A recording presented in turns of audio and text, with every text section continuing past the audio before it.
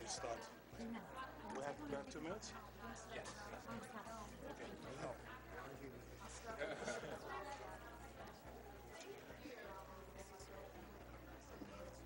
Actually, my very first Obama What time is it? was to come out Hi, you're right back there. and watch the Iowa caucus. Where's the lake? Like, you know how at that point it's kind of like Especially when you want to get the hell out of here. it was early enough that I wasn't, I mean, being the very first, primary, that I wasn't actually being viewed as a late comer. Or an opportunist, because nobody knew what the results were going to be until it happened. But I personally felt a little bit like I was being a bit of an opportunist. Isn't it convenient? My first event, Obama wins, and I get to look like a Yeah, I saw that picture they took. I just prefer it. Sometimes you just don't know what to think about. It was okay. I couldn't, since I was blind, I couldn't look at it. I thought it was okay. Okay. I would have made it. Okay. Well, it was Let's see. one of the Facts. wasn't it? There were a bunch of people basically saying something like this to the players.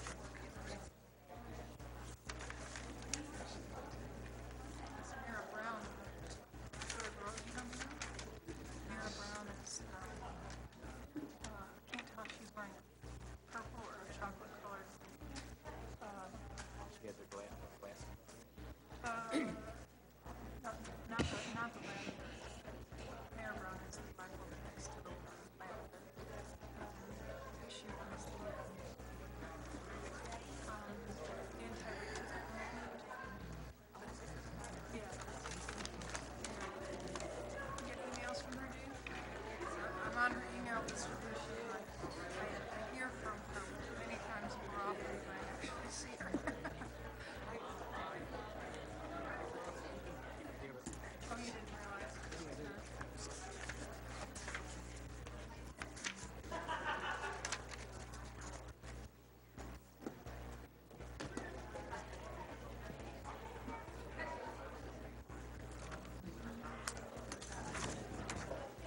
Well, he did. By the way.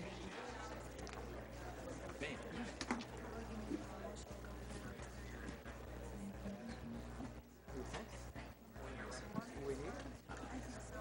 But I depends on how quickly we have to change our items.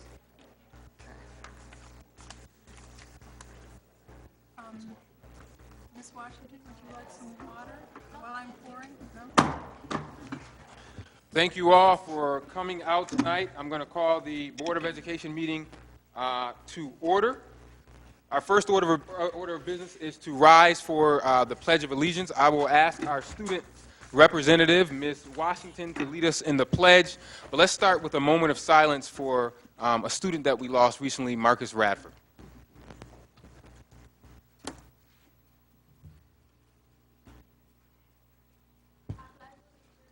To the flag of the United States of America, and to the republic for which it stands, one nation, under God, indivisible, with liberty and justice for all.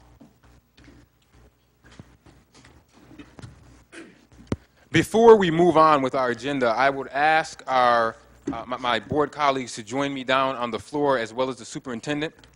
We are going to recognize our National Board Certified teachers. So I would just ask everyone to make their way down to the floor. Thank you.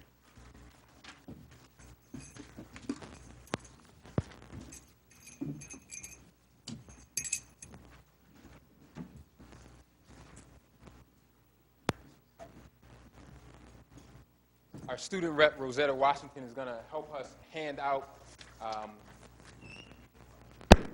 the tokens of appreciation. I'll ask our National Board Certified teachers, when you come first, come this way so you can get congratulations from our superintendent and all of our school board commissioners, and then come forward and Ms. Washington will hand you your gift. A little bit about National Board Certification. This is very important, and all of you that are receiving this, I'm sure we as a district are proud of you, as well as I know your schools and families must also be proud of you. National Board Certification is achieved through a rigorous performance-based assessment that typically takes 1 to 3 years to complete. Candidates are assessed on how well they demonstrate what accomplished teachers should know and are able to do. To earn the certification, teachers build a portfolio that includes student work samples, assignments, videotapes, and thorough analysis of classroom teaching. They are also assessed on their knowledge of the subjects that they teach. This year's class includes 7 teachers, bringing Rochester's total to 40, which is very close to the number of National Board certified teachers combined in all of our other Monroe County schools. We're very proud of each and every one of you. I ask that as I call your name that you come forward and be recognized. So I will start with Janet Bird, who is a kindergarten teacher at School 50.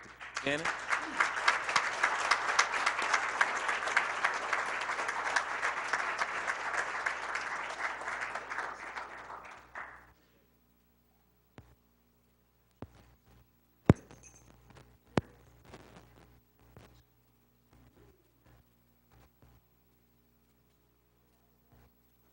Is your alma mater, Commissioner White? Right. 50. Next up is Doug Brown, who teaches mathematics at East High School. Mr. Brown?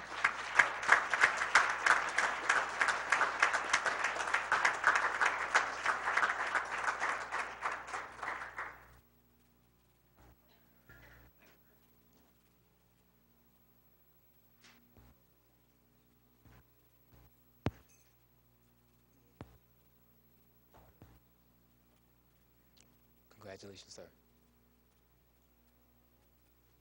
A name I'm very familiar with, Stephen Cohen, social studies teacher, School of the Arts.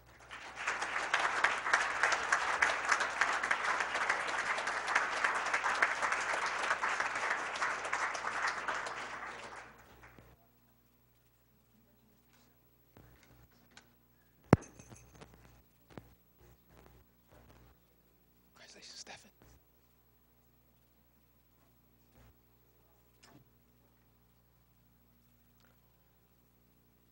Joan Crosby, a first grade teacher at school number 6.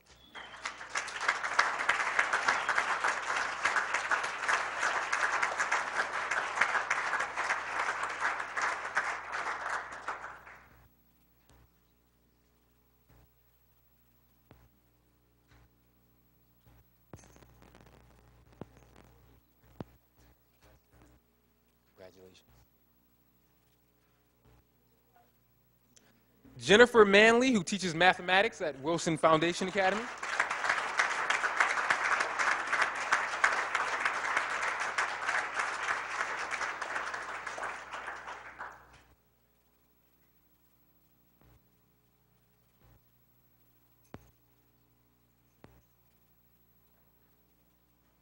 Congratulations.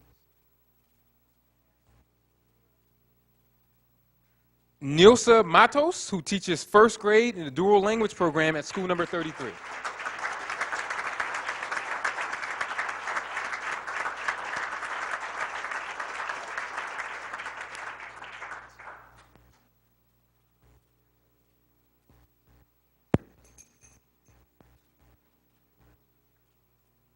Congratulations.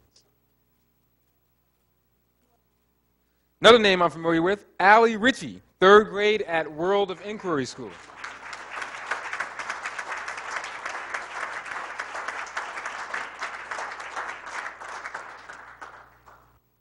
They have Empanada Day at World of Inquiry School, I think, every year, so if you get hungry, you can stop by there. Next month, I think it is. Congratulations. Yeah. And last but not least, because I know how important family is, could all of the family members, friends, colleagues of all of our nationally board certified teachers please stand and be recognized so we can also give you a round of applause.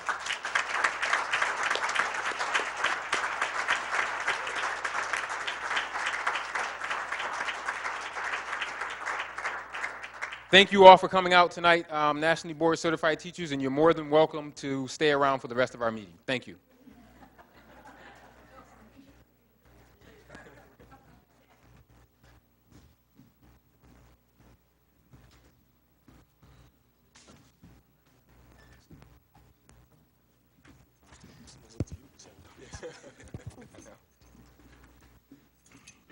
We will now move to item number 2 on our agenda, which is acceptance of minutes. We have 3 sets of minutes from our December 20th, 2007 meeting, as well as our January 2nd, 2008 organizational meeting, and a special meeting which was held on January 7th, 2008.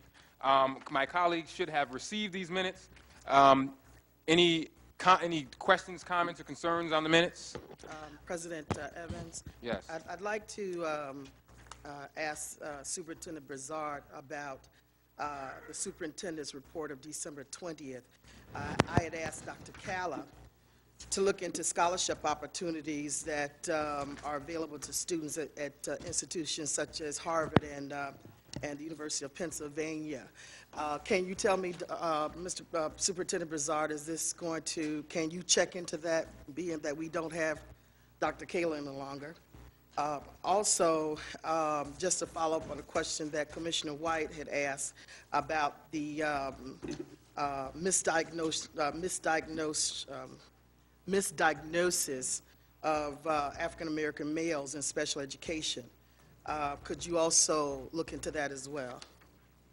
The answer is yes. We're looking at scholarship opportunities. In terms of the special education, we actually have an audit that's going to be done by the Council of Great City Schools, and that should be completed by the end of March. Thank you.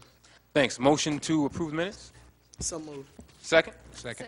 Moved by Commissioner Elliott, seconded by Commissioner White. All those in favor of approving our minutes, please say aye. Aye. Any opposed? Any abstentions? The ayes have it. Our minutes are approved. We will now move on to speakers addressing an agenda item. We have one speaker, Mr. Stephen Cohen. You have 3 minutes. Please make your way to the podium.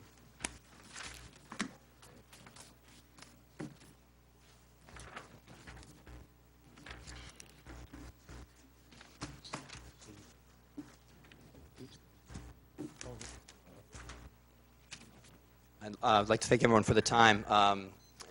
We're all very proud of achieving the national board status this fall. But I asked to speak just to thank the board and the Office of the Superintendent, and especially the Rochester Teachers Association, for being so supportive to all of us in pursuing this credential. And I thought it would be a good opportunity to just say a couple things about the process for those of us that went through it, and for those that might be considering it, and for those that may have just heard about it and wonder what it is. There are 4 core propositions to the National Board of Professional Teaching Standards, and going through this process has rekindled my certainty that these are the things that truly represent what really good teaching and learning are.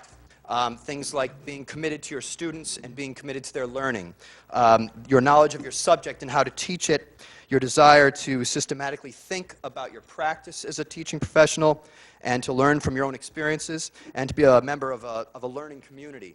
And these core principles, well, I think they're just easy to lose sight of in our current test-obsessed climate. And I just wanted to remind the board and Superintendent Brizard and our community that when we're really talking about quality teaching and learning in our classrooms, it's the magic that happens in our rooms between a teacher and our students, that relationship where sharing new ideas, inspiring our students to imagine themselves to be participants in their own futures and in the future of our planet, that's what real teaching and learning is about. And as we consider professional development initiatives and as we consider the direction we want to take our district, I hope we will make sure to include and involve the professionals in our district in those decisions to make sure that we can focus on those core principles as we work to improve the performance of our students in the district. And I think that's basically what I wanted to say, was just to take an opportunity to use this process to reflect on what's really, truly important in the teaching of our students and in helping them, giving them the experiences to learn how to be great people once they get out of our hands. So thank you for the time. Thank you, Mr. Cohen.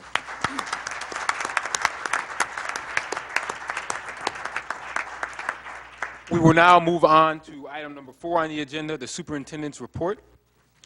Sure, I'd like to first start with my report from here and then continue from the podium with a PowerPoint presentation. The 60, 90-day plan of entry is on track. Our communications audit has been done. Our human resources review started today. Our special ed and financial audits will be done within the 90-day period, and we'll present reports to the board on all of these. We'll be meeting with many constituents across the city and learning and understanding some of the issues facing our district. In terms of budget, we saw an increase of approximately $36 million in the governor's budget for the school district. It's about $2 million less than we expected, but still an increase from last year in a number of different categories. We've had a number of safety issues, high-profile safety issues in our schools, the Franklin situation as well as East High School. We're looking at all these situations as well as looking at system-wide what is happening in terms of safety. We plan to begin conducting a number of safety audits of schools, and by those audits we simply mean that we'll get to the schools before teachers and kids get there and leave after they leave and review everything top to bottom to making sure that every process is in place in terms of instruction, teaching, protocols, guidance, safety, scanning, etc., to make sure that schools are doing everything they can to make sure our students and teachers and administrators are safe. At the same time, too, we're looking at the number of suspensions in our district and beginning to formulate plans on how to radically reduce that beginning of next school year. Lastly, I just want to say publicly again that we had an allegation at Wilson High School that it is an investigation that is ongoing. We plan on wrapping that rather soon. And of course, if that did happen in the school, you all should know that kind of behavior will not be accepted. But at the same time, too, we need to allow for due process to take its course. But we are investigating and will follow up accordingly. At this point, I'd like to move to the podium to do a PowerPoint presentation on graduation. I'd ask my colleagues to move to the front row.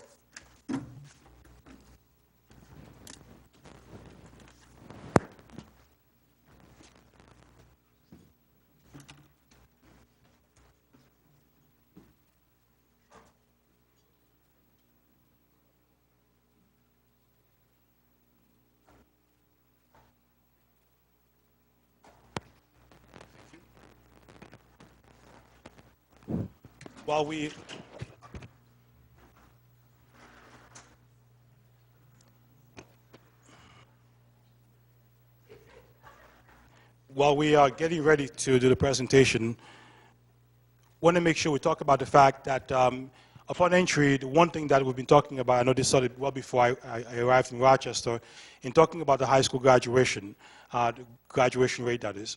The fact is, again, we've been saying that high school graduation does not start, or the process does not start at 9th grade, it starts well before that. And we often say that it starts really when the child, in my opinion, even before they're born, that we begin to read to them before they actually make it into this world. Early childhood, we know, is tremendously important, making sure they arrive in our middle schools ready for middle school, arriving in high school ready for high school. But at minimum, there are some things we can begin to do right away to look at the students who are not only in our, what they call the 2004 cohort, which means students who are currently our seniors, but students who are also in our high schools in their 5th year, perhaps even their 6th year, to see where they are in that continuum and for us to be proactive in addressing their issues. So we'll start, first of all, by talking a little bit about what is required to get a diploma in New York State. We all know that two things must happen, that students must pass 5 Regents examination. And I put the word pass in quotes because 65 really is the passing score. But you can get a 55 and get credit toward graduation to get what we call a local diploma. If you're not aware, you should know that New York State is phasing out the local diploma. And all children in the next few years will have to get all 5 Regents with a minimum of 65 passing to get a regular high school diploma. So what many of you know as a Regents diploma will become the regular diploma in New York State. The second, of course, is that our students must earn 22 credits, 22 units of credit to get a high school diploma. And those fall along different categories in math, in science, ELA, and social studies, to name a few. And again, there is some room for electives in terms of credit. And I want to be clear and say that when you look at the list of our high schools, you'll see different high schools may ask for different numbers of credit.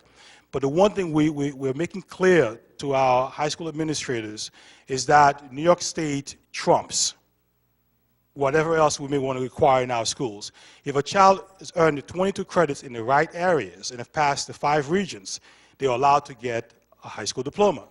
Yes, we believe in pushing students, we believe in pushing rigor, but the fact is that if they earn the 22 credits in the right categories and have the 5 credits, they are allowed to earn a diploma, and we're making that clear to our parents as well. Again, some of the list in terms of Math A, 1 Science, our children need to just pass one of the science regions to get the diploma. It could be in earth science, living environment, chemistry, physics, etc. 1 ELA regions, and 2 social studies. 1 is US, 1 is the global history.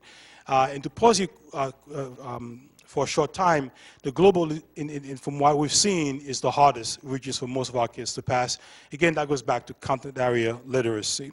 To get a Regents diploma, all 5 must be 65, and we have, again, a number of different iterations with the Regents with honors, advanced Regents with honors. There's also a CTE endorsement that you can get, a career tech education endorsement you can get on the diploma as well. Now, before we talk about these numbers, and again, if you remember me talking about being proactive and looking at this, I want to give the one big caveat here, that we have this data as of this week. It doesn't include the fact that we have many of our students who are taking Regents examinations this week, as well as the fact that we do not yet have the mid-semester credit accumulation yet for many of our students. We talked about making this personal. We actually have this information now by student. Every single student in every single one of our schools. And you may have read in the DNC where we talked about the fact this was difficult information to get. What this did for us as a district was highlight some of the issues we have around data collection. The Chancery system is rather new and there's always difficulty in implementation, but we need to make sure that the system is here to serve the needs of guidance counselors and serve the needs of principals and teachers. And making sure, again, as a district, we can see the picture well before it becomes an issue. So yes, if you look at these numbers, and we'll talk about them in a second, they look a little scary. But again, I'd rather know about them on January 24th versus June 30th. And that's the bottom line. And moving forward, we'll begin to know this information years ahead of time. Because the goal, as you'll see, in the kind of data, the kind of robust data system that we need to develop, where principals can have cohort information year after year, semester after semester. And if we have our way, if we do this right, be able to have formative information every few weeks about every single student in our district. Because again, it's about being proactive. It's about putting interventions in place before it's too late. So we see where students are. So as you see, if we were to have, today was January 30th, not January, June 30th, you would see that 16.2% of all of our kids have passed, of all our kids who are 4 years or above in high school have passed all 5 regions in at least 22 credits. So technically, about 16% of our kids could get a diploma today if they wanted to, without doing anything else.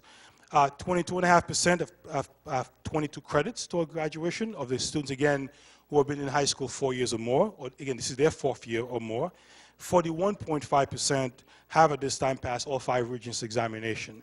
Again, it begins to show you the work that we need to do between now and June. Again, I want to underline this again, that we don't have yet information about this week's testing, as well as credit accumulation earned thus far for our classrooms. Now, looking at a percentage of 12th grade students who have passed all 5 regions examination, this is by school, you begin to see again the continuum of our high schools, and you'll see Soda is at 56.4, all the way down. If you take a look at the far right, you see the overall as a district where we are at 16.2. So you begin to see the progression of perhaps where we need to begin to target resources. And this is, folks, what I often mean about looking at resource allocation and fiscal alignment to see where our money needs to go to. Again, this is, I guess, a worst-case scenario because we have not looked at this week in terms of the testing, but you can begin to see where we are. So these are students in every school, every one of our secondary schools, who have all 5 regions and have passed or have gotten at least 22 credits toward graduation.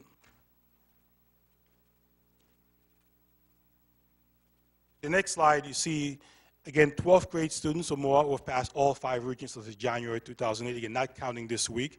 And you'll see as a district, we're at 41.5%. And again, you see the progression from SOTA down. The ones at 0, by the way, have alternative assessments. So they don't really take all the regions examinations. So the 0 doesn't mean much in terms of exactly what they need to do because many of the schools have portfolio assessments and they're exempt from some of the regions examinations. So don't let that concern you. Next slide looks at 12th grade students who have at least 22 credits toward graduation. Again, you see the progression. Again, SOTA being at the top all the way down to Edison Business School at 4.6%, with an overall district average of 22.5%. So what does that mean to us in the work that we need to do between now and June 30th? One thing we need to begin to do with our chief academic officers and our directors is to go school by school. Again, we have the information by student, but now to begin to go back to these schools and say, what do we need to create in terms of interventions between now and June 30th? And you'll see us between now and June creating opportunities for students to get credits in all the content areas, as well as Regents preparation types of tutoring. We'll need the help of the faith community, community-based organizations, schools. These programs will have to happen after school, on Saturday school, and we'll find the funding to make this work, because again, money needs to be driven toward the needs of our students. What I'm trying to share, again, if you take a look at this, you begin to see that even in a short time, we can begin to radically change the way we approach graduation, to making sure that we're looking at the secondary schools data when students enter the 9th grade, to making sure they're on track for graduation. This again highlighted the fact that we need to create systems where a guidance counselor or teacher or the superintendent can look at a school and say, I'm seeing that 20% of your students have yet passed the ELA regions, and this is the 3rd year of high school. Tell me what we're doing with these kids who actually help them.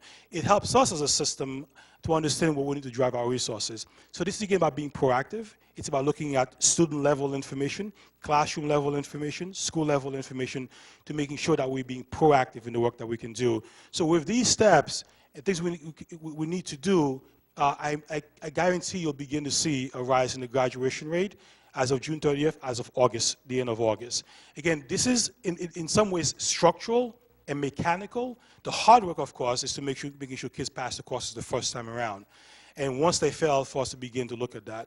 So again, our intervention program, you begin to see some work being done with secondary schools now, and some robust work being done P to 12 next year. Thank you.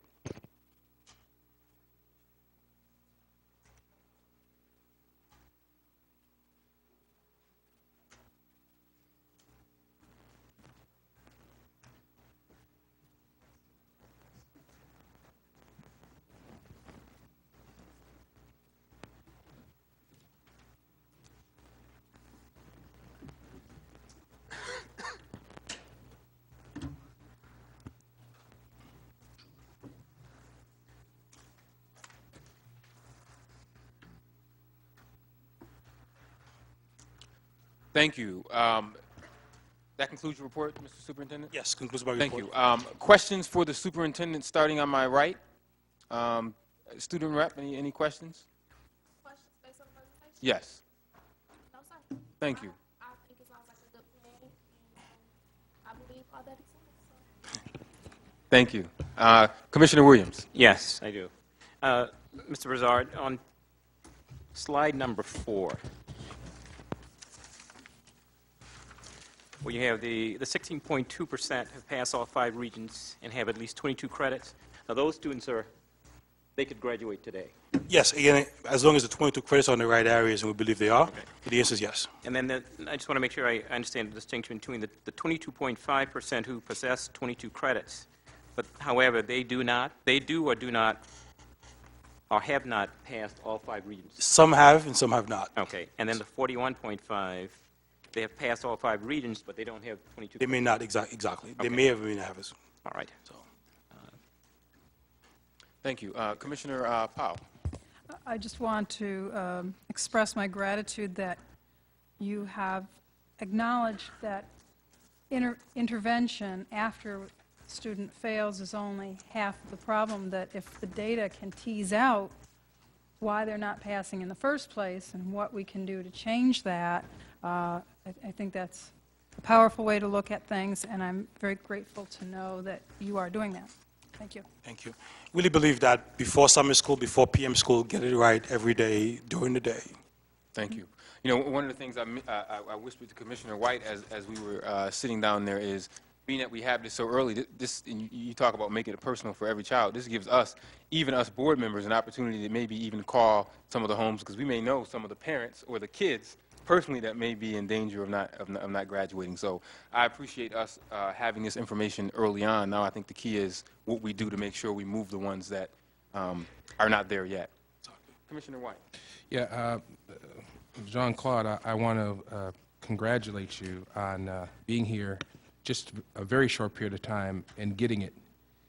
This is where our important work needs to be done. And not only have you communicated to this board and to this community that this is priority one for you by word, but you've done it by deed. And I am certainly extremely appreciative of your focus on perhaps there being a need for structural revision in terms of how we organize our data systems, and that these data systems should serve us in our important end game, which is to get our kids prepared to enter the real world.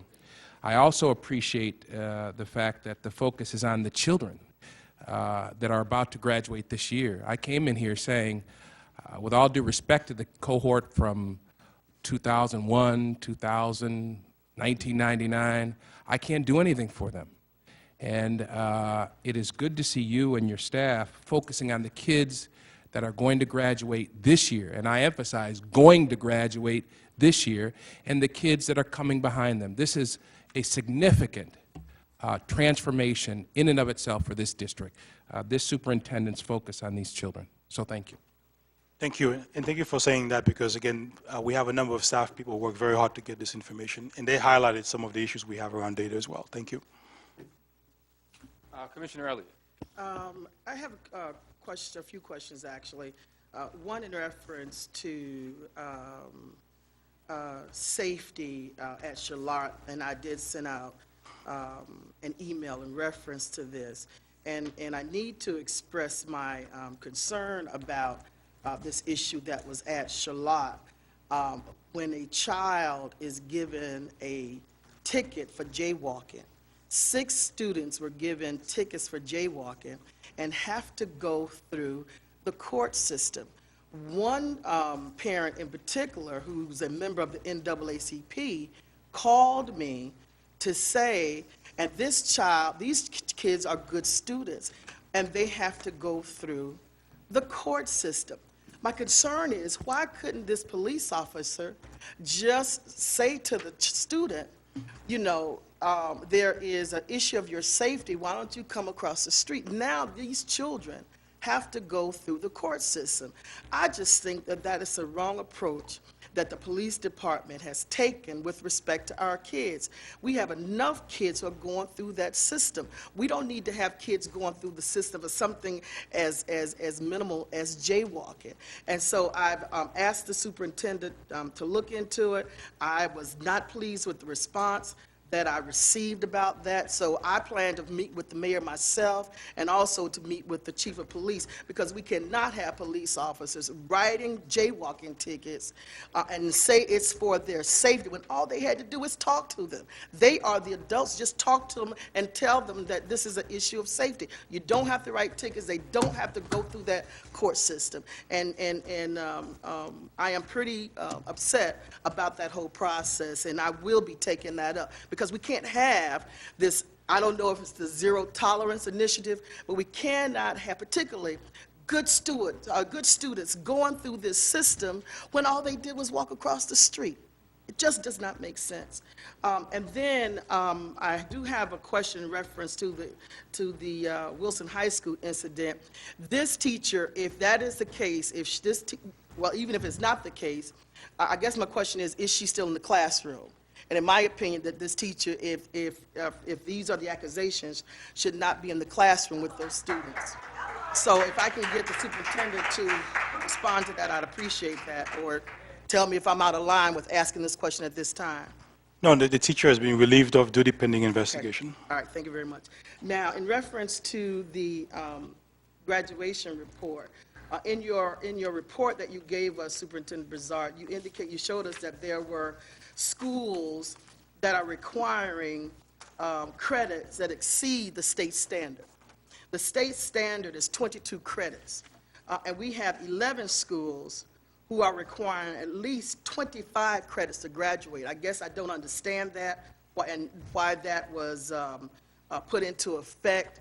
My position would be, if we have students who are meeting the requirements for 22 credits, which are the state standards, then why would students want to continue in school, in high school, when they can go to college or start college? On some levels, it just doesn't make sense to me. And my question would be, Superintendent Brizard, how many of the students who perhaps have dropped out because they could not reach the 26, the 25.5, or the 27.5 requirements to get a diploma in our school system? I don't have numbers on numbers who dropped out, but in terms of the graduation requirement, a number of schools may have different requirements because of the programs that they offer. For example, in a CTE school, a career tech education school, many students take a number of electives beyond the regular core academic requirements. I'm not sure about SOTA, for example, but they may have art courses or music courses that go beyond what would normally be required by New York State. But the fact is, no matter what a school requires for graduation, that the requirement by the state is 22 credits in the key areas that we outlined in the 5 regions. So a child can get a diploma without meeting the extra requirements imposed by a school. But certainly, you know, we don't discourage schools from pushing conversations. But we can get numbers and begin to ask those kinds of questions. But again, my experience is that many of the kids who drop out tend not to drop out for those reasons. Not to drop Not out for those reasons, exactly, not for the extra Well, let me requirements. just, well, we don't know that. But we don't have the haven't numbers. seen data. Exactly. Okay. And then how many parents are aware that it's this many, that the requirements for these particular schools are more than 22? And if they had a choice, if the students met the requirements of the state, would be able to graduate. In other words, if, for example, Bioscience and Health Careers High School at Franklin requires 26.5 credits to graduate, if that student, for example, met the state requirements, would that student be able to get a diploma? If they meet the 22 credits in the key areas outlined by the state in the 5 regions, they can get a diploma. All right, do they know that? Do we have a system in place? Last week was the first time, I believe, in the history that we actually outlined this to students and parents in the district, so they are clear. And of course, we'll probably use our parent meetings to make sure that that message is clear, that parents understand.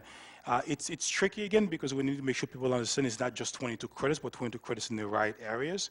Because you can have 22 credits and not have enough math credits, for example, and not get a diploma. So again, part of the goal is to make sure parents understand what is required for graduation and that students are. But at the same time, to not water down the level of rigor in our schools. It could be rigorous with 22 credits, in my opinion. It can be. All right. Yes. Well, not necessarily global studies, but do we have, is every course that is required for graduation being offered in these schools? We had an issue with global studies, wasn't being offered. Is every course that is required for graduation offered in all of our schools? Well, the answer has to be yes, otherwise principals cannot certify diplomas of students, and if they are, they can lose their certification to practice. But we can ask the question, but again, I mean, I don't have numbers on every single school, but I would venture to say that, you know, it would be foolish for an administration not to offer the courses toward graduation, because again, principals have to certify the diplomas of every single student, and whenever they do that, they're putting the certifications on the line. In reference to the budget, as being a member of the Finance Committee, and I looked at the budget, less than $12 million is being expended for instructional supplies in the classroom. Not talking about human resource spending. Less than $12 million is being spent in the classroom. And when I go to schools, what I hear teachers say is that they have to come, and principals, is that they have to come out of their own pockets for supplies. What I'd like to see done, and I think you have mentioned this, but I'd like for you to talk about it a little more, is to reconfigure the budget so that it addresses the needs of each school. Can you talk about that, sir? The answer is yes. I mean, it's part of our entry plan to look at, to do a financial analysis or financial alignment to see exactly how much money is being driven down to our schools. And I've said publicly that we need to make sure that whatever we do, we never touch classrooms and to push as much money as possible into our classroom. That is part of the plan. We will go, again, with the support of the board and the schools. The plan eventually is to try to go to our school-based budgeting, to making sure, again, that the money resides in schools. That will take some work. One, in making sure that we have the right kinds of fiscal oversight to making sure that principals are spending money appropriately, and number two, to build the capacity of the people who are leading the schools to making sure they understand how to budget the school properly. So that's part of the plan. Short term, to look at the alignment to push as much money as possible, and number two, to making sure that we begin to drive the funding, much more funding to our schools. And one more question, President Evans, to Superintendent Brazard. Where is the unions in this endeavor? Because nationally, we know that it's been unions who've been the obstacles to educational academic achievement because of the rules and the regulations. Where are our unions in terms of the goals that we are setting to educate our children? So far, the unions have been very supportive in the work that we need to do. The RTA, BENTE, and ASAR, we've met with those folks, and they've been very supportive in the work that we need to do. Of course, as we get much more specific about the reform, we'll keep going back and having conversations. But so far, the relationships have been very cordial. Because we can't have only protection of teachers or protection of administrators without also protecting children and protecting children's success. That's very important to me, Superintendent. Thank you. Commissioner Campos. What I'd like to say is thank you, because there's nothing more powerful than having data and cold hard facts. Yes. And what's even more powerful is hearing solutions, and on top of that, action. And so I think that that's great, and that's just a beginning of what's to come.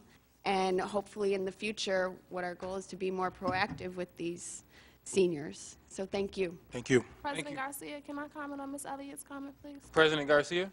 President Garcia here. He's in Florida. He's in Florida playing golf, but student rep. President Evans. Yes, I will come back to you after I'm finished with the rest of the commissioners. We'll come back to you, okay? Commissioner Brennan. I'm really a lot more interested in what she has to say than what I have to say, actually. If you can't improve on silence, you shouldn't try, so I won't, except to say thank you. I think you're on the right track, and we have a lot more work to do, obviously. Yes, we do. Thank you. Thank you, Commissioner Brennan. Student Representative Washington. Okay, about the jaywalking at Charlotte, seeing how I'm a student from Charlotte, seeing how we have so many issues and so much media coverage because everything that has been taking place at our school, we have upped the security, so we do have a lot more police officers and sentries in our school. About the jaywalking, only time a student should be outside of class is most likely when they're getting off the bus being late to school. Other than that, they should be in class. They shouldn't have even been in the streets at that time. So I would personally think that the ticket was to deter students, other students, from even being outside at that time. So that could have been a process. Even though I do agree with you solely on that, you know, as students and as young adults, we shouldn't be in the system that early.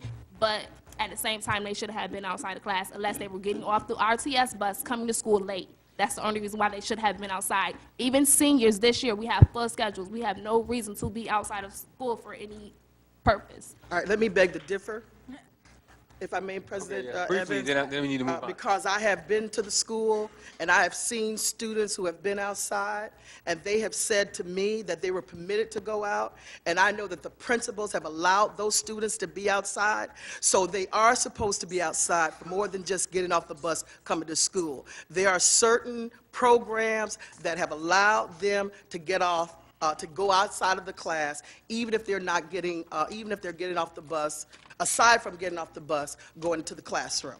So you could check with your principal about that, because that is what she's indicated to me. Because I have wanted them to be in the classroom, and they've said to me that they have permission to be out there. Okay? I think just this thing.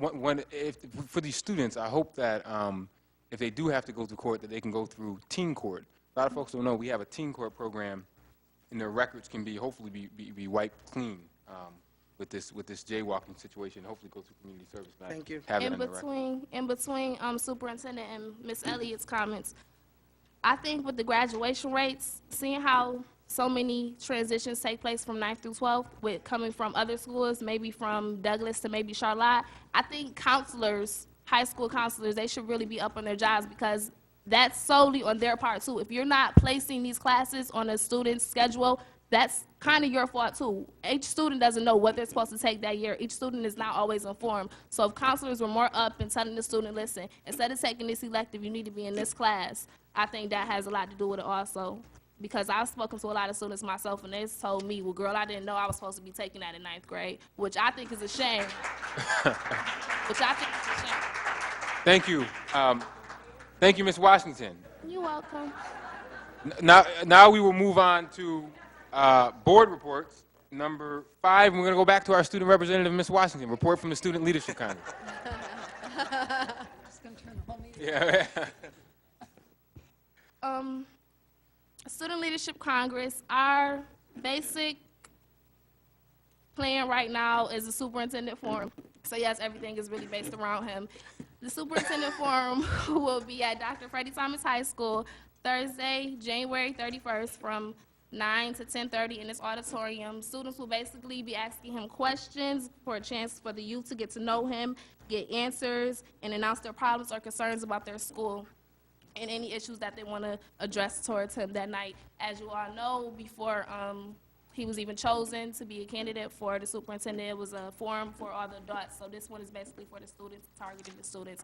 In previous meetings, I announced that we were going to have a mayor's youth conference, and he was supposed to schedule something with us in February. However, he has now changed his date to March. So hopefully, Student Leadership Congress will be meeting with the mayor in March.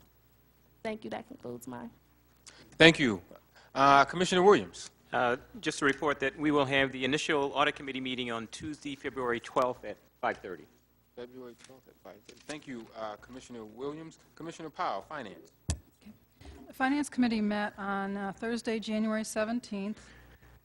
We actually had a rather light agenda, resolutions 460 through 467 and resolution 472 were considered and all were forwarded from committee to the full board. The brevity of our agenda did not translate into a brief meeting, however, as some of I heard. you know. In part because we did have a guest, Alan Williams joined us, and I wanted to make sure that every opportunity was provided to answer questions, so that, you know, in order, in part, to forestall any questions that might come at the last minute here in front of the full board. So the agenda's brief. There is nothing of real contention in the agenda. The resolutions 460 is an information technology resolution. 461 through 466 have to do with facilities, including the Maple Street facility. Resolution 467, procurement and supply, and Resolution 472 are other matters. Namely, a contract with a legal firm to discuss SEG issues. Thank you. Commissioner Powell, any finance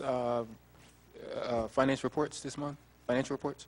The financial reports were approved by the full board. Did they make it to the? They were in the packet, I believe. Okay, so you all did see them in your board packet on Friday. I would move that we approve those financial reports. They were approved by the committee. moved. Seconded by Commissioner Elliott. All those in favor of approving the monthly financial reports which you received in your packet, please signify by saying aye. Aye. Any opposed? Any abstentions? The ayes have it. Thank you, Malik, for reminding me. We will be meeting February 21st, our next regular scheduled meeting, and we have established the dates for the public hearings for the budget cycle, as well as the dates for our board deliberations come the budget cycle. I need not belabor those dates right now. But those dates will be released, I'm sure. Thank you. I think they've already been published electronically for the members of the board already. Right, yes.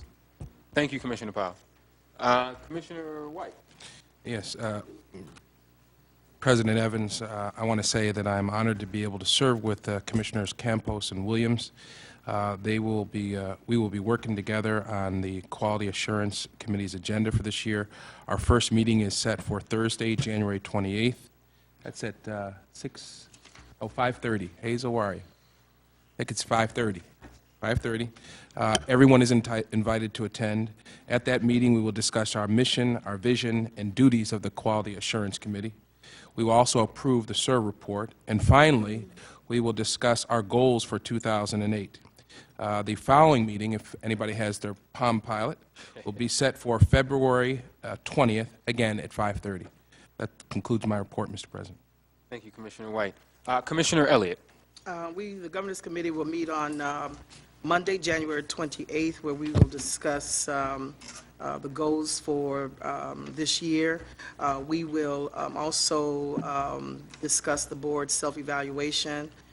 We will also look at supervision of board staff and also what we would like our consultant for the board to accomplish for us for this year. Thank you. Thank you, Commissioner Elliott. Commissioner Campos.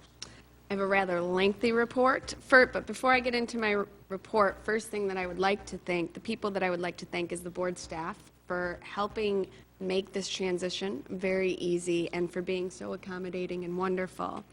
The Community and Intergovernmental Relations Committee, we met on Tuesday, January 22nd, and joining us was President Evans and also Commissioner Elliott. There were 4 agenda items. First, we discussed a proposed partnership between the local laborers union and the School of Applied Technology at Edison, and the partnership could be a way to increase graduation rates, bring modern industry standards into the classroom, and provide students with a viable career path after high school. So next steps are to consult with the superintendent regarding whether this proposal will dovetail with his strategic plan, and if so, we'll hear from the Edison staff and perhaps make a visit to Newburgh City Schools, which has a comparable program. And we reviewed this matter in conjunction with Policy 200, Section 6, which refers to the development of programs and services that encourage cooperative interaction among the community at large, district staff, and students. Number 2, bear with me. We also discussed the Facilities Modernization Project. The immediate next step appears to be the creation of the Rochester School Construction Board, which is to have 3 members appointed by the superintendent, 3 by the mayor, and the 7th is one that they mutually agree upon.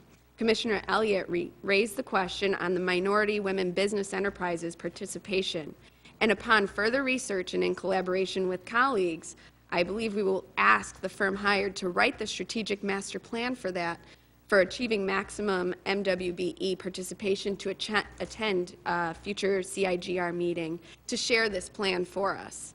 And we reviewed this matter in conjunction with the Policy 7000, Section 3, which refers to the board's responsibility to provide appropriate facilities to support a quality educational program. Third, we are working on the final draft of the 2000 legislative agenda and plan to move forward with board approval on February 28th at the business meeting. And lastly, I also move that the board approve the following proclamation, and I really believe that this is particularly important in light of recent events, because I believe that it really reaffirms what the board's belief and the district's commitment is to mutual respect.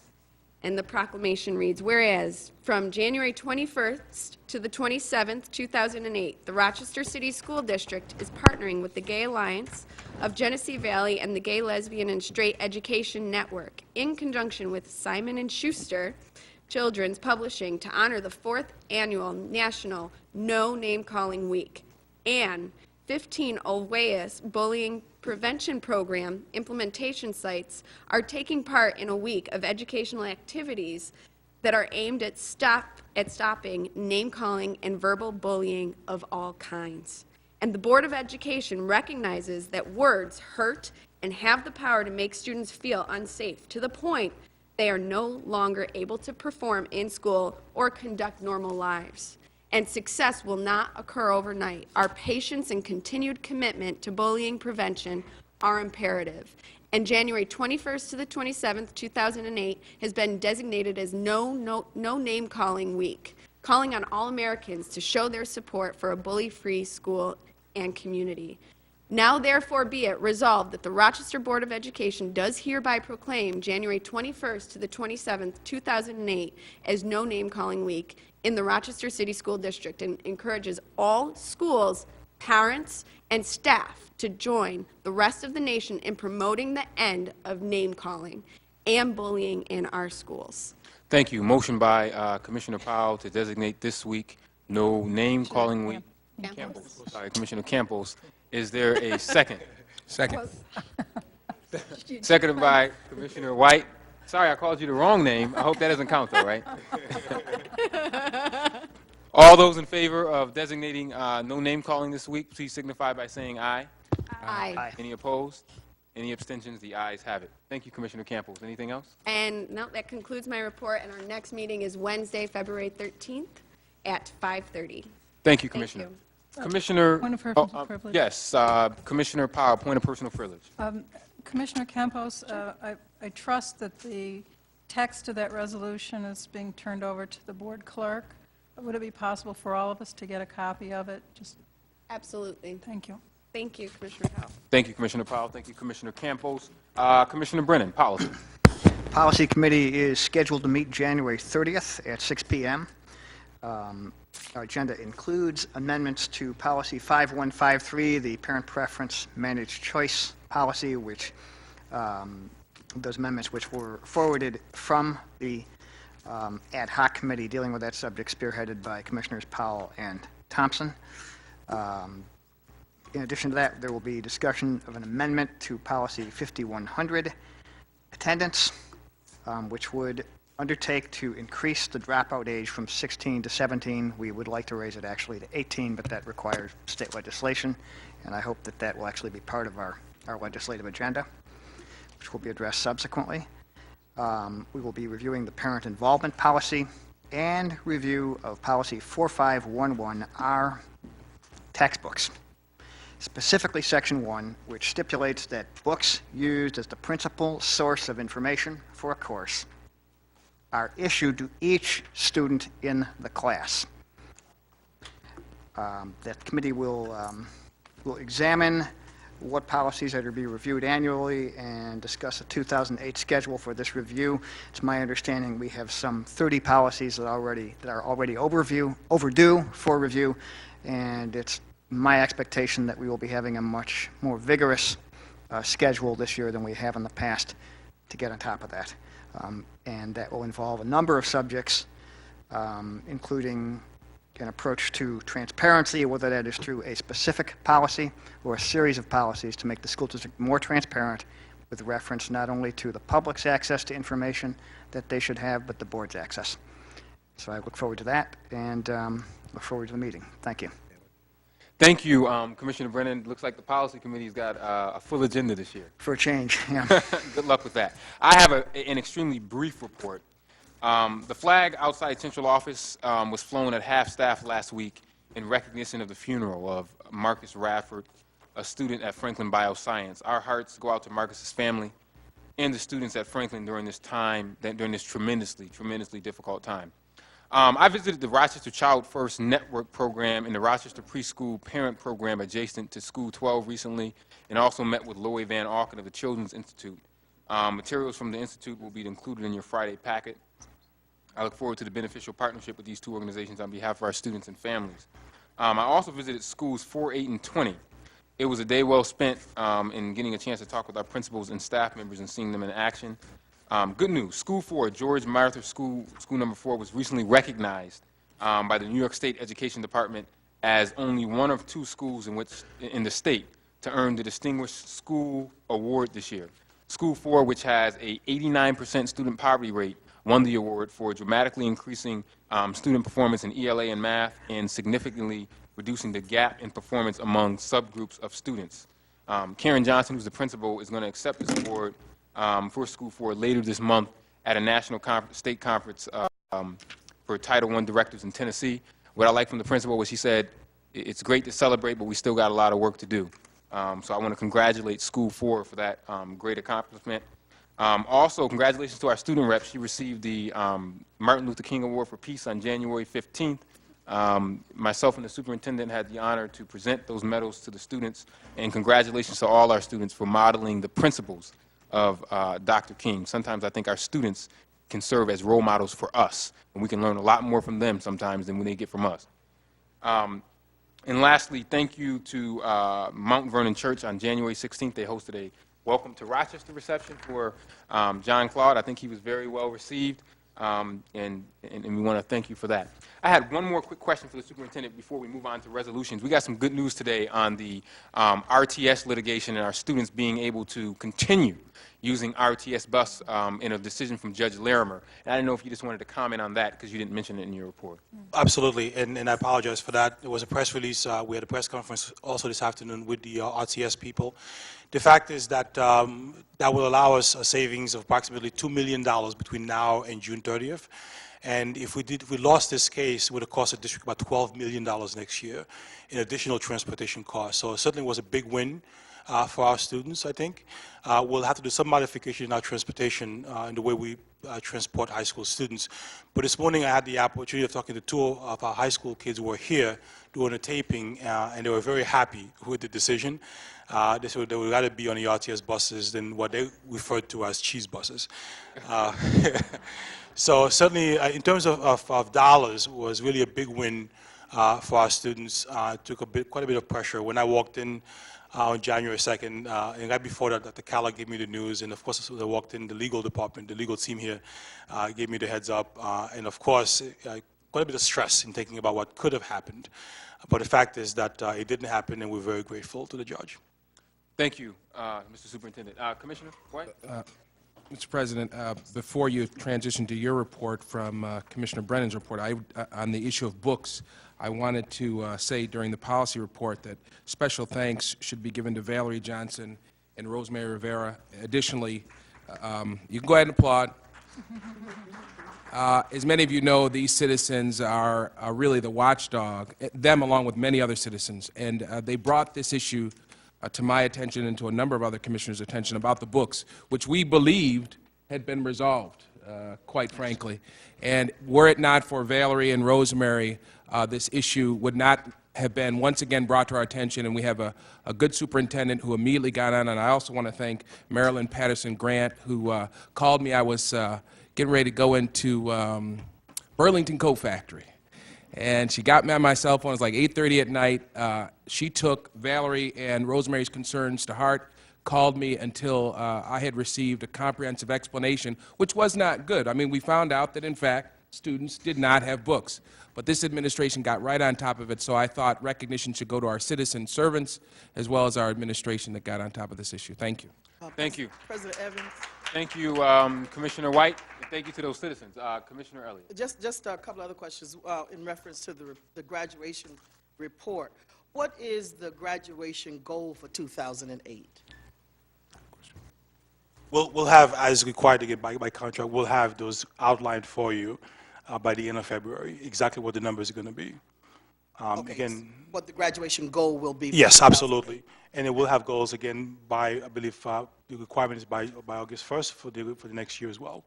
But we'll have concrete numbers, which will be For part of. June 2008 and then Yes. 08, 09? The answer is yes. We'll have that for you. And as part of our strategy, we'll have a scorecard. We'll have concrete numbers, not just for graduation, but different grades, configurations from elementary to 12th grade. And just one other thing I forgot to ask in the when the superintendent was making his report. I talked about my involvement at a committee on special education hearing. And I was so twisted as a result of that process that you had 9 district personnel. Thankfully, the parent had me there and another representative. But I came away feeling from that experience intimidated. And then left there, as I said, feeling twisted, and it was as if the parent was doing something wrong. And so I know that you're looking in on this whole special education issue, but even the space in which you have to wait to be seen, and then the space that you go in, it just does not bode well for a collaborative relationship between our parents and our district and for academic achievement of our children. And I wanted to put that on the record. And also to say that if there are parents out there who've had these kinds of experiences, that they contact me or they contact the superintendent so that we can hear what's been going on in those sessions. Thank you. Thank you, Commissioner Elliott. We will now move on to resolutions. Just a brief explanation for folks that may not know, folks at home, and also if you've never attended a school board meeting before. Board members receive resolution packets 2 weeks in advance.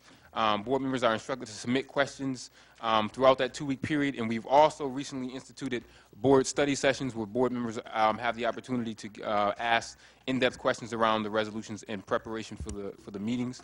The public are invited to those study sessions also. For the benefit of those who want to find out more about the individual resolutions that we'll be voting on, committee meetings are also a great place to stop by because a lot of these resolutions run through committee, particularly the Finance Committee, which is known for having lengthy meetings around a lot of the resolutions that are in the packet.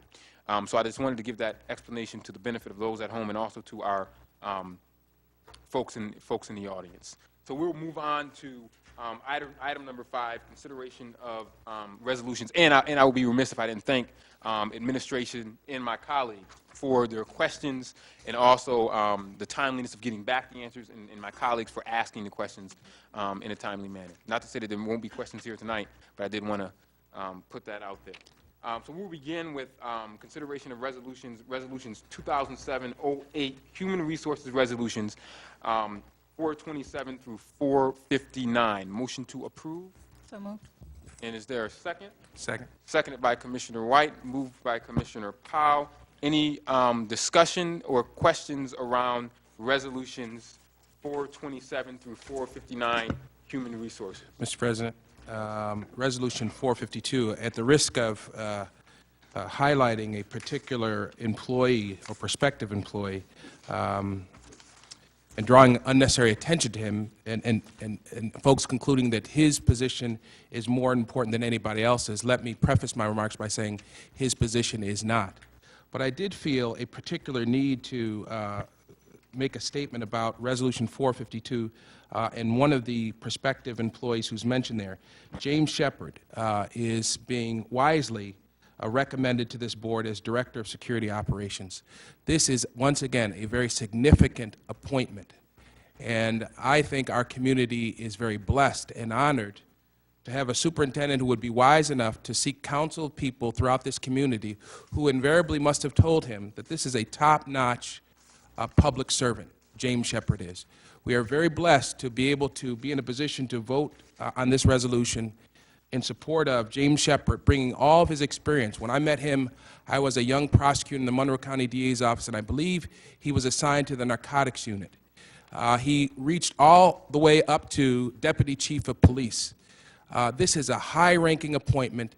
I think it shows this administration's commitment to public safety in our schools. So, Superintendent Brizard, I congratulate you, and I congratulate this board in advance of what I believe will be a wise vote to endorse the appointment of James Shepard as Director of Security Operations. Thank you, Commissioner White.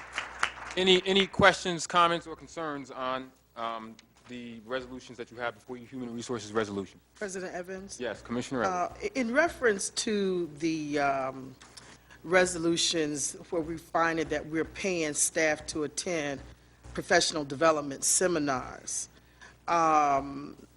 I guess I have a issue that we would do that, because my question would be, isn't that a part of their job to do professional development seminars, and why are we paying them? And I guess, no, I don't guess, President Evans, we need to really look at that. The reason that I am real adamant about where we're spending our money is because less than $12 million is going into the classrooms for instructional supplies. And somehow we have to renegotiate, in my view, this whole notion of paying people to go to seminars. On my job, they don't pay me for going to a seminar. I have to go because it's a part of my job. And so I think that we need to, President Evans, reconsider how we're spending money in our with respect to human resource expenditures, because we've got to get more money into the classrooms. Thank you. Thank you, Commissioner Elliott. Anything else on resolutions before I do? I'm going to do a roll call vote because there's 427 through 459 on human resources resolutions. Just so you all know, our student rep cast an advisory board on all of our resolutions with the exception of human resources resolutions. So we're going to start with a roll call vote on human resources resolution. Commissioner Williams, did you have a comment? Go ahead. Yes, I have one question, just a point of clarification. I'd like Mrs. Cartrell to weigh in on, this is Resolution 427 to 450. And the question came up about the liability the district would face. And your response was, just want to clarify, about the wording of the appointment letter. And then you go on to say that presently the district could be exposed if the board were to reject an appointment. Just really quick, just a real quick point of order. I'm going to take that to the superintendent, and then you can call on whoever from your staff you wanted to. So she's already there, then, Rita. Might as well start. Commissioner Williams, we took a look at the appointment letters. They are not consistent across the board. We would like the opportunity. Use a microphone. We would like the opportunity to make them consistent across the board. I feel that the language in some letters is stronger than the language in others with regard to making sure the employees understand that the appointment is contingent upon board approval. Okay, thank you. Thank you. Anything else, Commissioner? That's it. Okay, Commissioner, we're going to start on my left with Commissioner Brennan. How do you vote on resolutions 427 through 459? Yes. Okay, yes for Commissioner Brennan. Commissioner Campos? Yes. Yes. Commissioner Elliott, 427, 429? No on 427 to 432, 447 through 452, 445, no. No, okay. Commissioner, Madam Clerk, did you catch those? Can you repeat those again, Absolutely. Commissioner Elliott? 427 through 432, 447 through 452, and 454. Thank you, Commissioner Elliott. Commissioner White, how do you vote? Yes. I vote yes. Commissioner Powell? Yes. Commissioner Williams? Yes. The ayes have it. We will now move on to Resolution 460, Information Technology. I'll entertain a motion to approve Resolution 460. So moved. Moved by Commissioner Powell. Is there a second? Second. Seconded by Commissioner Campos. Questions, comments, concerns around discussion around Resolution 460 for Kelp Corporation? Hearing none, I'll call the question. All those in favor of approving Resolution 460, please Aye. signify by saying aye. Aye. Aye. The ayes have it. Resolution is passed. You didn't ask for no. Okay. Any? No. Any noes? Noes. Okay. No by Commissioner Elliott. We'll move on to Resolution 461 through 466, Educational Facilities. I'll entertain a motion to approve. So moved. Moved by Commissioner Campos. Is there a second? Aye. Second. Seconded by Commissioner White. Questions, comments, or concerns around Resolutions 461 through 466, Educational Facilities? I'll call the question. All those in favor, please say aye. Aye. Aye. Aye. Any opposed? Any abstentions? The I didn't ayes- think we could abstain. Well, Well, you conflict. can if you have a family member working somewhere or if Oh, you okay. get on the payroll there, you can abstain. Next, we'll move up to Procurement and Supply, Resolution 467. Motion to approve 467? So moved. There a second? Second. Seconded by Commissioner Elliott, moved by Commissioner Powell. Any questions or comments or concerns around Resolutions 467? Hearing none, I'll call the question. All those in favor of Resolution 467 signify by saying aye. Aye. Aye. Any opposed? Any abstentions? The ayes have it. Resolution 467. Last set of resolutions are 468 through 474. I will entertain a motion to approve those resolutions. So moved. Moved by Commissioner White, seconded by Commissioner Elliott. Questions, comments, concerns around resolutions 468 through 474? I have, Okay, we'll start with Commissioner Elliott, then I'll move to Commissioner Williams. Commissioner Elliott. In reference to the Monroe Community College program, that agreement, could we get more information on this? I don't know if we did or not. I didn't see it. I would like to just have this information about this program to review myself. This may be something that we may also want to participate in over at Baden Street, but I'd like to get more information about this program. But I would ask this particular question. Have we had students from this district to graduate as a result of participating in this program. I know this question did come up in the study session. Mr. Superintendent. Sure, Kim Dice? The program just started, so we don't have that information yet. We have the second cohort, which started on Tuesday.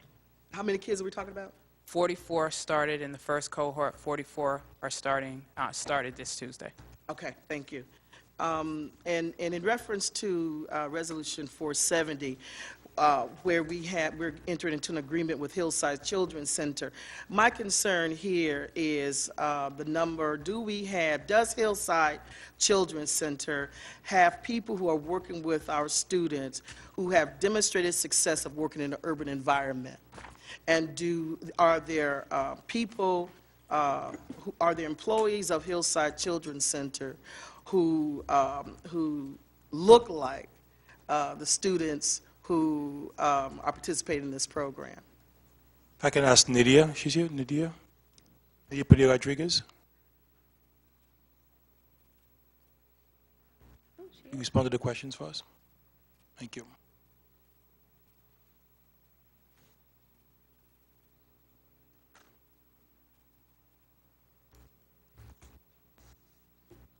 Commissioner Elliott, how are you doing?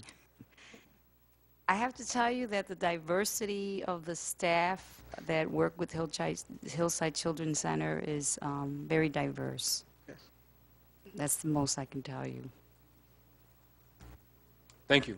Commissioner Elliott, anything further? Yes, in reference to Resolution 471, we are entering into an agreement with James Wallace, who is out in Pittsburgh, to provide psychiatric consultations on an as-needed basis. Does Dr. Wallace have a background of demonstrated success with working with children from an urban environment and an understanding of the culture so that we have a great impact on providing the kind of services that will prove to be positive for our students? Does he have that background? Mr. Superintendent. Sure. Nydia, if you would mind coming back up again. Oh, done. Okay. Kirsten, I guess. Commissioner, Dr. Wallace has performed psychiatric evaluations for students in the district for 20 years. The evaluations that I have seen have proven to be accurate and informative. All right. Now, that's not my question, though. My question was, does he have demonstrated experience of working in an urban environment? Has he worked with us? Does he have the experience? He's worked with us for 20 years. Okay. All right. Thank you. Commissioner Elliott, anything further? No, thank you. Okay, thank you. Commissioner Williams, and then Commissioner Powell. Just want to express two areas of concern. One, the first one with Resolution 470, and I'd ask for some data in terms of just how effective the program has been, because I take it it's an ongoing program, which I have not, apparently no data is available. Okay. So that's my first area of concern. The second area of concern is with Resolution 471, when I asked for some of the data in terms of how many students were served or have been served by Dr. Wallace, as well as the amount of time that he spends. When you look at it on a per-hour basis, the cost just seems excessive in terms of what we're paying. It seems as if it comes out in excess of over $200 an hour, which I think is, even for psychiatric care, is quite a bit. We'll get data on numbers 470, and we'll look at comparable prices for 471 and compare prices. Thank you. Commissioner Powell. I just wanted to call the audience's attention to the last 7 resolutions, which are gifts and donations to our schools, and say thank you to Matthew Orlando for his donation to science field trips to Franklin, to Walmart for their contribution to School 28, the estate of Eva Feld for her contribution to School 16, RG&E for their donation to the Green Schools program, to Verizon for their donation of books to School 6, and Robert Meadows for his donation to theater materials for School of the Arts, and finally to Bausch & Lomb for their contribution toward field trips to School number 9. Thank you so much. Thank you, Commissioner Powell, and I'll make sure that we will follow up with a letter from the board on that. Thank you. one question, Mr. Evans, on that. The resolution that Ms. Powell was talking about, who in the district, once the funds come in, who in the district manages those funds to make sure that they are spent in accordance with the donors' wishes? You know, it's a great question. And in fact, we begin to look at exactly how those monies flow from the district to the schools. In many cases, it gets to the school and is spent well. In some cases, it sits here for months before it actually gets to where it needs to go to. But that process is something we're looking at right now. Okay. I don't have an answer. And we may have missed one, thank you, I'm not sure. Mr. Superintendent, you said Staples with... Yeah, Staples give a large donation to the schools and the children's on, I don't have the exact amount, I'm not sure if our liaison is here today, but Staples give a tremendous amount of money. Thank you, $40,000 to Staples. So, thank you, Staples. I don't think it made it into our board packet. I believe it came after the board package. So it'll be on next month. Yes. Thank you. President Evans? Yes, Commissioner Campbell. Just one thing in regards to Commissioner Elliott's questions. At our study session, one of the things that we discussed is being able to have easy access to all of the community partnerships that we have and now start documenting results so that we do have this at our fingertips and we do have this data, and I think that that's something that Superintendent Broussard is all about data, and that's something that this board is really about. So I think that those questions are definitely valid, and that's something that they're looking at. So I just wanted to make that comment. Thank you. I'll call the question on Resolution 468 through 474, unless there are any more questions, comments, or concerns. Hearing none, all those in favor, please signify by saying aye. Aye. Any opposed? Okay, the ayes have it. Any abstentions? And any abstentions? Sorry about that, yes. An abstention for Resolution 470 and 471. Okay. On the grounds of? On the grounds of? Well, on the grounds of the programs may well be effective, but I just... Okay, so you just have to vote no then. Point of order. Okay, you can No. vote no. Okay, yeah. Okay. So we have one no then. We only our bylaws state that we only can abstain if we have a personal connection with the organization or a family member working for them. Otherwise, we have to vote no. Then let the record show for 470 and 471. No then. Okay. No. Thank you. All right. Thank you so much. We will now move on to unfinished business from previous meetings. Do we have any? No. We'll move on to new business. I believe, Mr. Vice President, you had an item. Yes, very briefly. I have, for the last several months, I have been discussing with my colleagues a proposed resolution that relates to potential violations of the human rights and civil rights laws. As you all are aware, Section 296 of the New York State Executive Law prohibits employers from discriminating against people of color, women, certain protected groups. You also are aware that Title VII of the federal law prohibits discrimination similarly. Employers cannot discriminate against people in protected classes. We thankfully have a board that has policies that mimic these federal and state anti-discrimination laws. Specifically, we have responsible bidder policy 6725. We also have board policy 6750. Both of these policies, in a nutshell, ensure that we have anti-discrimination practices here in the district. What I did notice in reviewing these district policies, that specifically board policy 6725 talks about the need for responsible bidders. I noticed that in making sure that our district had responsible bidders, we required that the Director of Procurement Services and Supplies made sure that potential bidders did not have pending OSHA violations, were not in willful noncompliance with labor law. We also required that our Director of Procurement and Supply ensure that these bidders were responsible insofar as they were compliant with workers' compensation law, that they were in compliance with environmental conservation law. And then, as Commissioner Powell correctly points out, there's sort of a catch-all phrase at the end of 6725 that says, and the Director of Supply and Procurement should look at other issues.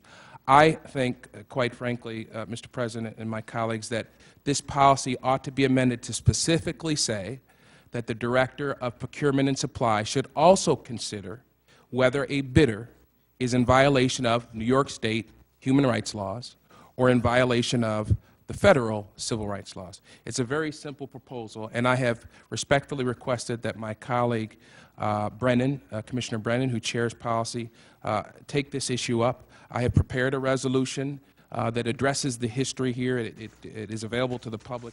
I'll give it to the clerk. But my motion at this time, Mr. President, is that this particular resolution be forwarded to the Policy Committee for consideration as an amendment to 6725. Thank you, Mr. President. Thank you, Commissioner. I second. Is there a second? I second that Seconded motion. by Commissioner Brennan. I'll call any discussion, questions, or comments around forwarding this item to the Policy Committee. I'm sure we will hear more on this as the weeks unfold. Hearing none, I'll call the question. All those in favor of forwarding the resolution to the Policy Committee, please signify by saying aye. Aye. Any opposed? Any abstentions? The ayes have it. The item is forwarded. Thank you, Mr. President. We will now move to the One more question. one more item.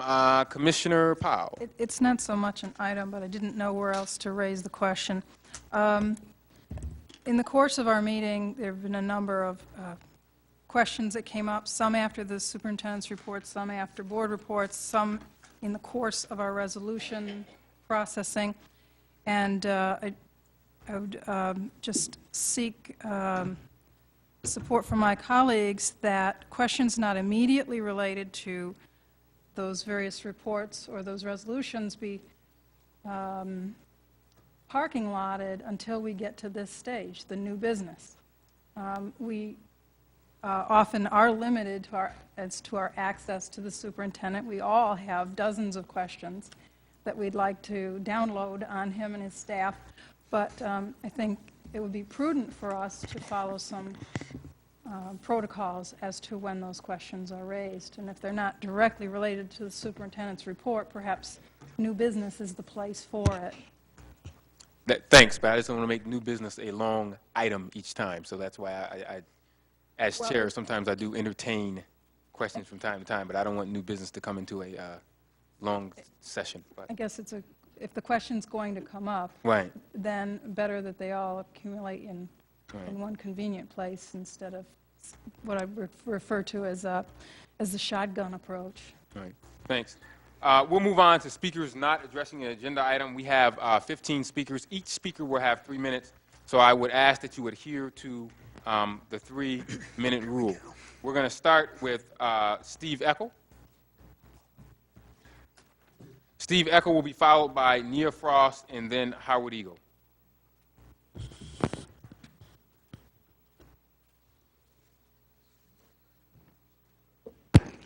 Thank you very much. Good evening, Commissioners, and welcome to Rochester, Superintendent Broussard. Many of you know me wearing a very different hat, but today I stand before you as one of the many involved and caring parents at the Franklin Montessori School. This Tuesday, the day after our observance of Dr. Martin Luther King Jr.'s birthday, as we remembered his leadership in the struggle towards equality, justice, and peace, Franklin Montessori parents opened their mailboxes to a letter from their PTO officers informing them of a fight, a high school fight, that occurred in the Montessori school in front of the door of a primary classroom with children ages 4 to 6 years old. This fight occurred 2 weeks ago today on January 10th, ironically the day after Commissioner White addressed a crowd of Montessori parents, teachers, and staff at our monthly PTO meeting. It took the school resource officer, a large and very heroic Montessori dad, and at least 4 centuries, mace and handcuffs, to subdue the teens and break up the fight. No one told the parents. No one notified me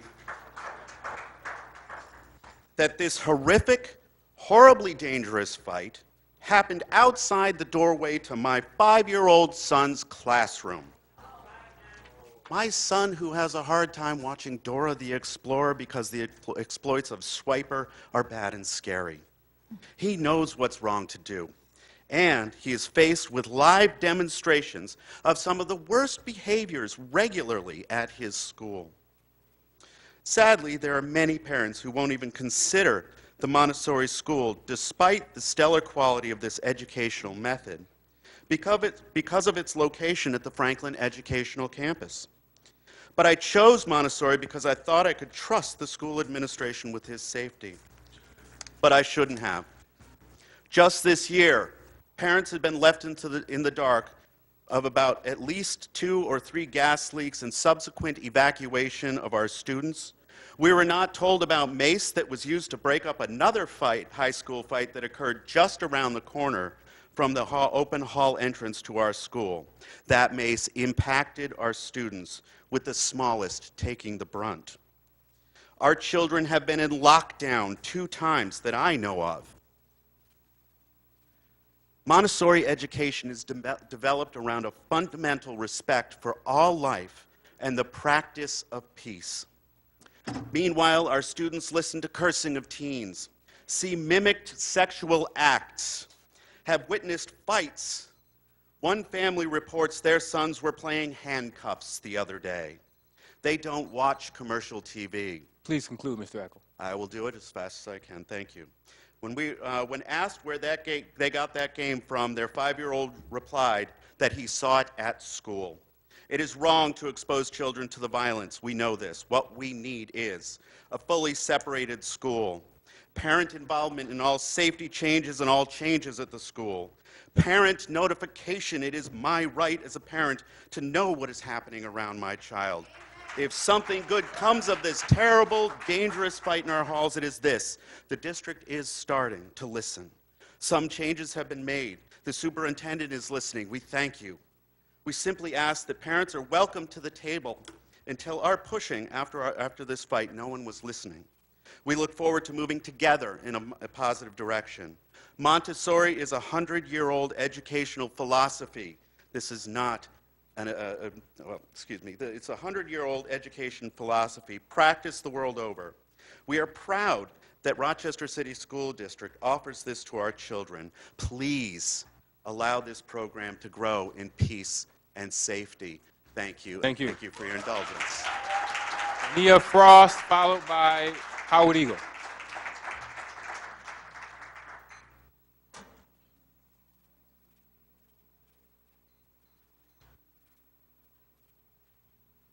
Hello to everyone. I am a parent of a child that goes to Franklin Montessori. And I wasn't quite sure what I was going to say, except I was there during the first macing incident. I was in the school visiting my son that day. And I was also there with my 2-year-old daughter and my 4-month-old grandson. And I have to tell you, the mace in the hallway that I was in brought me to my knees. And as a parent, I was horrified. And then I was angry. That is unacceptable for my child, my 4-year-old child. This is his first year in school, to be subject to that type of behavior. And for Mace, twice where he was affected. He does have asthma, so he is severely affected by those things. There was also 3 gas leaks. I was in the school for a parent-teacher conference that day during a gas leak, again, with my 2-year-old and my 4-month-old godson. Unacceptable. And I think as a school and as a board, we should be ashamed to even be able to say that those things have happened. Commissioner Campos put a proclamation about verbal security. How about physical security? As a Christian, it says that I can be angry and sin not. I am angry. I'm not going to sin because I'm telling you, as a parent, as a taxpayer, as a Christian, as a mother, as a wife, I am angry. And you all should be ashamed if one more incident happens in that school. Ashamed. It is unacceptable. We need changes, and we need them now. Thank you. Thank you.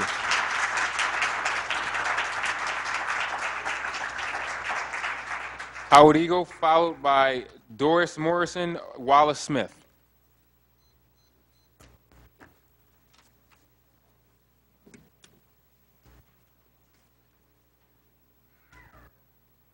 Good evening.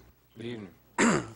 I'm speaking as a Rochester City School District parent, a taxpayer, Rochester City School District teacher, and a member of Rochester's anti-racism movement, more commonly known as ARM. We are here to call for the immediate resignation of Ms. Kaiser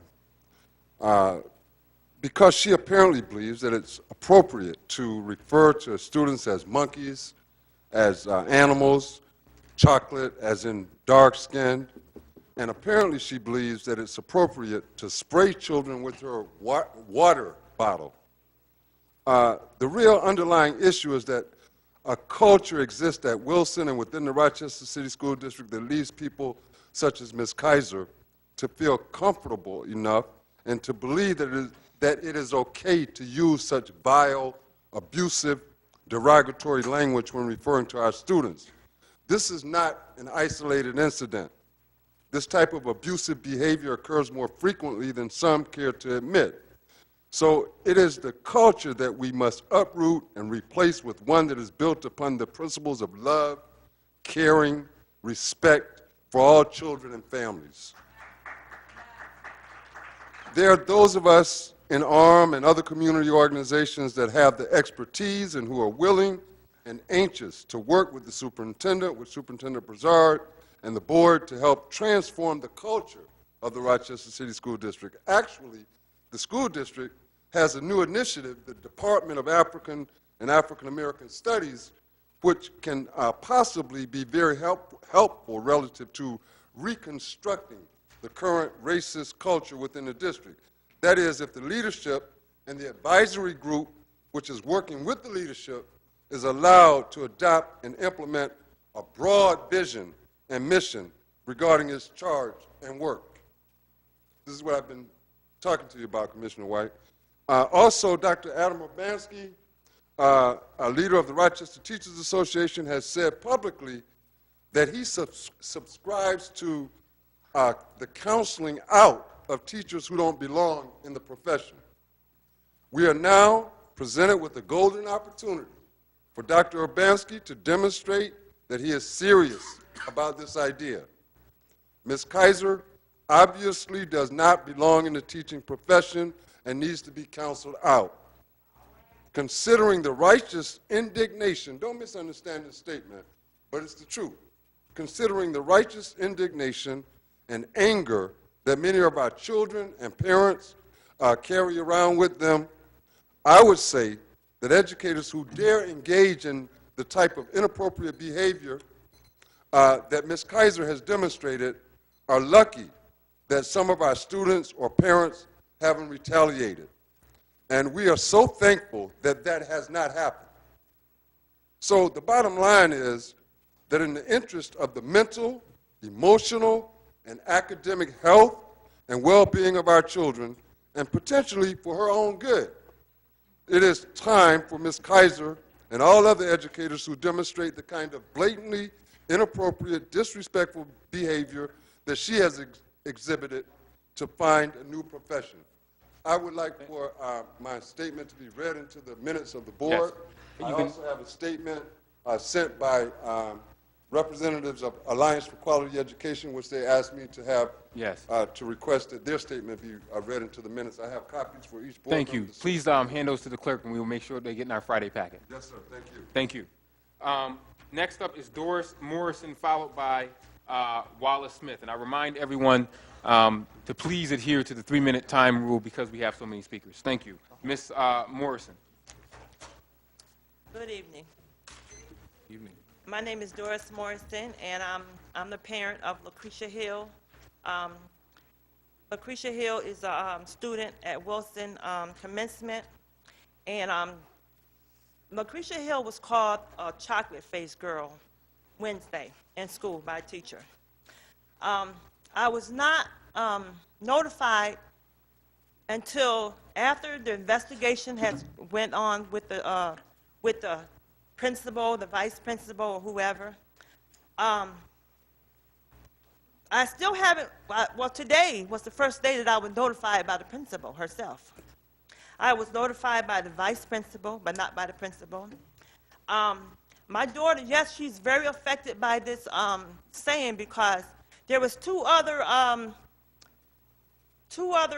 guys standing there with this teacher that knows my daughter's name is Lucretia Hill, not Chocolate Face Girl. So if she didn't know Lucretia's name, why she couldn't say, excuse me, what is her name? You know, instead of asking the Centuries what was Lucretia's name, she told Lucretia, she said, the Century said, excuse me, Miss Kaiser, student, she said, the chocolate face girl in the middle right there.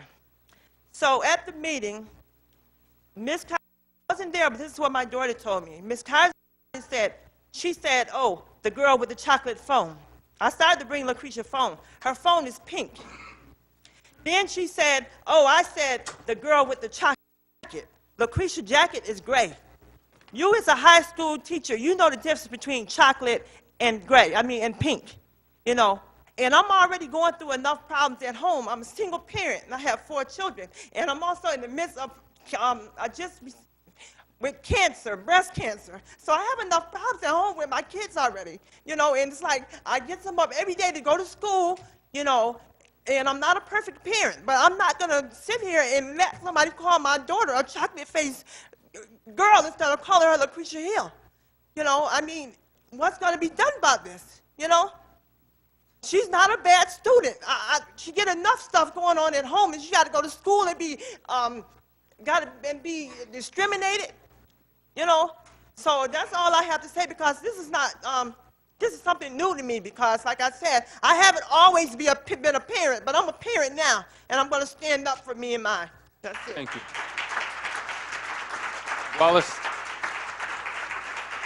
Wallace Smith. I have some prepared remarks, but I'm going to deviate because they sound pretty much like Mr. Eagle's remarks. And instead, I'm going to say that to you, Mr. President, Superintendent Bizarre, members of the board, parents, students, staff, we have an elephant in our kitchen. The elephant is institutional racism. The kitchen is the educational delivery system of the Rochester City School District. Now, we can walk around and expect that elephant to disappear, wave a magic wand, but it's not going to go away until we confront it. When I send my children to school, I'm trusting you with my most precious possession. And I expect my children to be treated with respect, dignity, and civility. I don't expect my children to be subject to a teacher who's supposed to be professional, calling her names: monkeys, animal, chocolate, and reference to her skin color. Unacceptable. I'm asking for the immediate resignation. And as a member of the we're not going to let it go until this woman is removed from our children. She needs to be taken out of the building.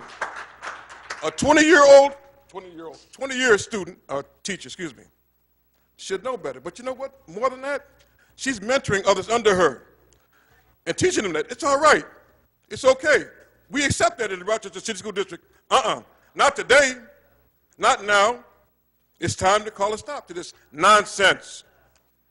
Treat the children with respect, and you'll get respect. Continue to call them names, you may get something you don't want. Thank you.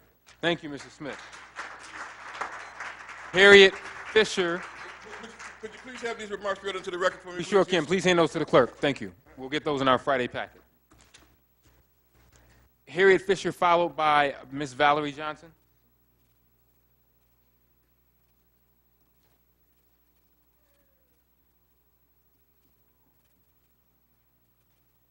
Hi, good evening. My name is Harriet Fisher, and I'm the Vice President of the PTO at the Franklin Montessori School. My daughter Maya has been a student at the Montessori School for the last 4 years. She started when she was 3 years old, and she's now in the 1st grade. Not only is she able to read and write at 6 years old, but she can do multiplication and write in cursive. This is a wonderful, wonderful school.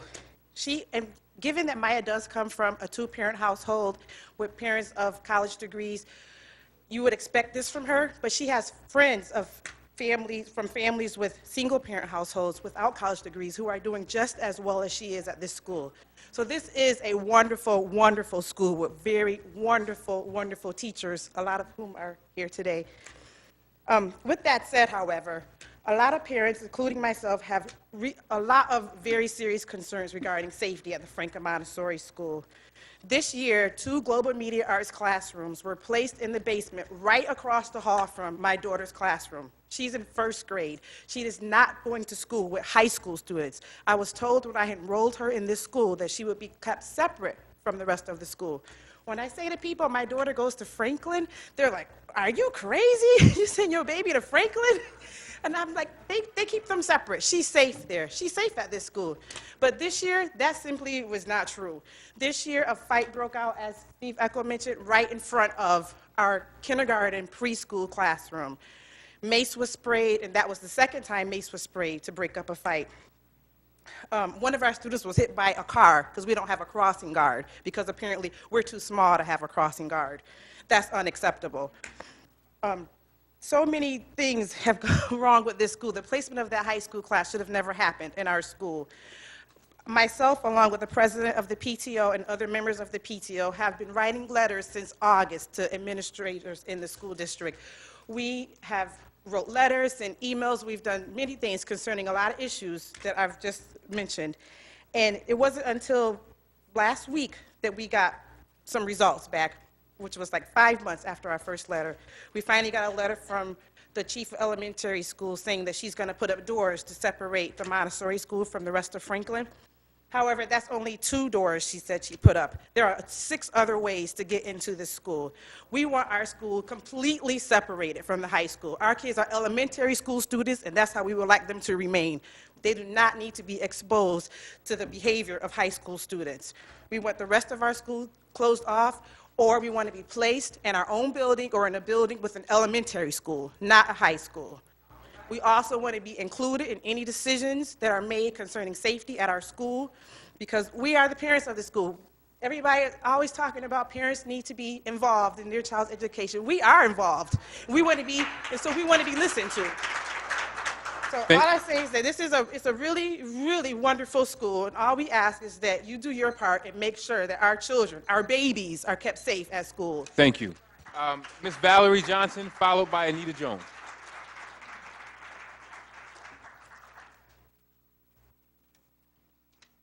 Good evening. I don't have a prepared statement because when I come before you, it's always on the basis of accountability, particularly for our children. And so I would say to the superintendent, when you say that we send our children to you to be educated, hold you accountable.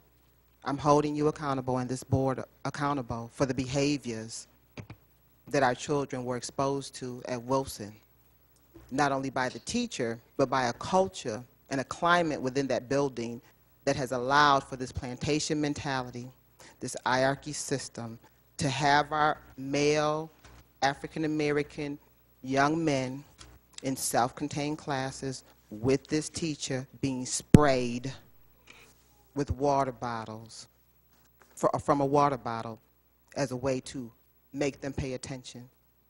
When we found out about what happened, as a community member, and I have always been very consistent with Ms. Haskell establishing a relationship, a rapport that is based on integrity, and I've always told her, stuff gets to the community in real time. And I have been consistent with that in dealing with her. And so when we went up there on Tuesday, it was only because Monday was Martin Luther King Day, and we couldn't get there. And we spoke with her, myself and Mr. Smith, as community representatives as well as parents, about what was going on.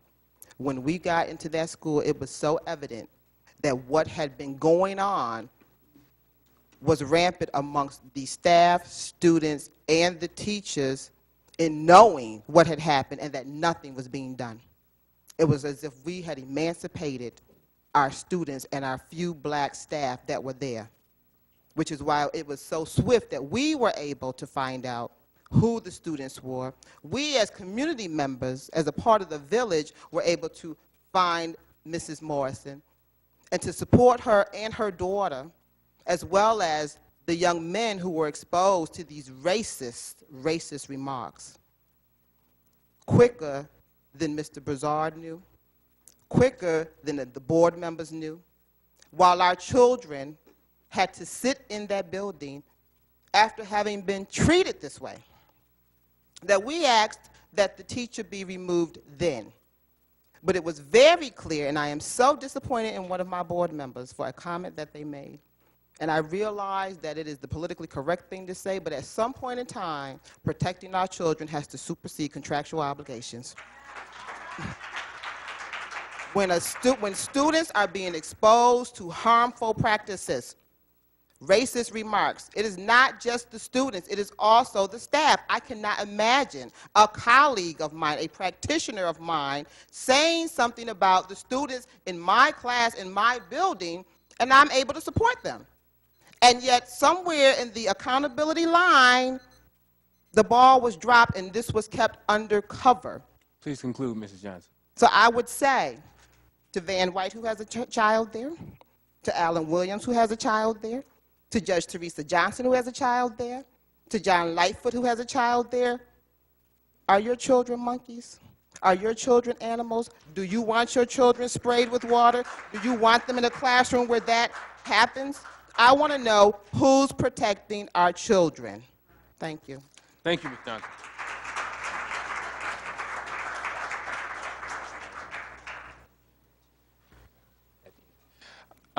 Anita Jones, followed by Ron Ring.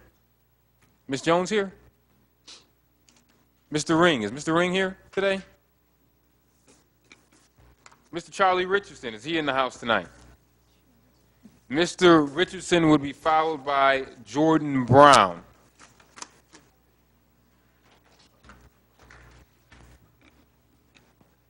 Good evening.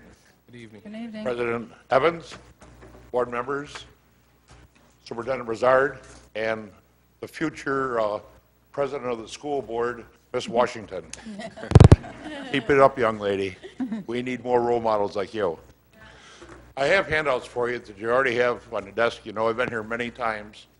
I want to talk about what the parents and our youth see as they need in the future, and they like the direction that it is now going. Number one is alternative education. We have some real opportunities in this community, as you'll see there. Another one just sprung up. In case you don't know, the BOCES Board of Education, BOCES 1, closed the Rush campus, which is a 220-acre farm that's built for technical education along with regular education. That Bill, before he left, said that there's enough students here that could use that alternative education. But the other thing I want to talk to you about is, you know, Neighbors Helping Neighbors sit on the Rochester Children's Zone, Adult Education and Jobs Committee, that now I'm hearing is becoming active.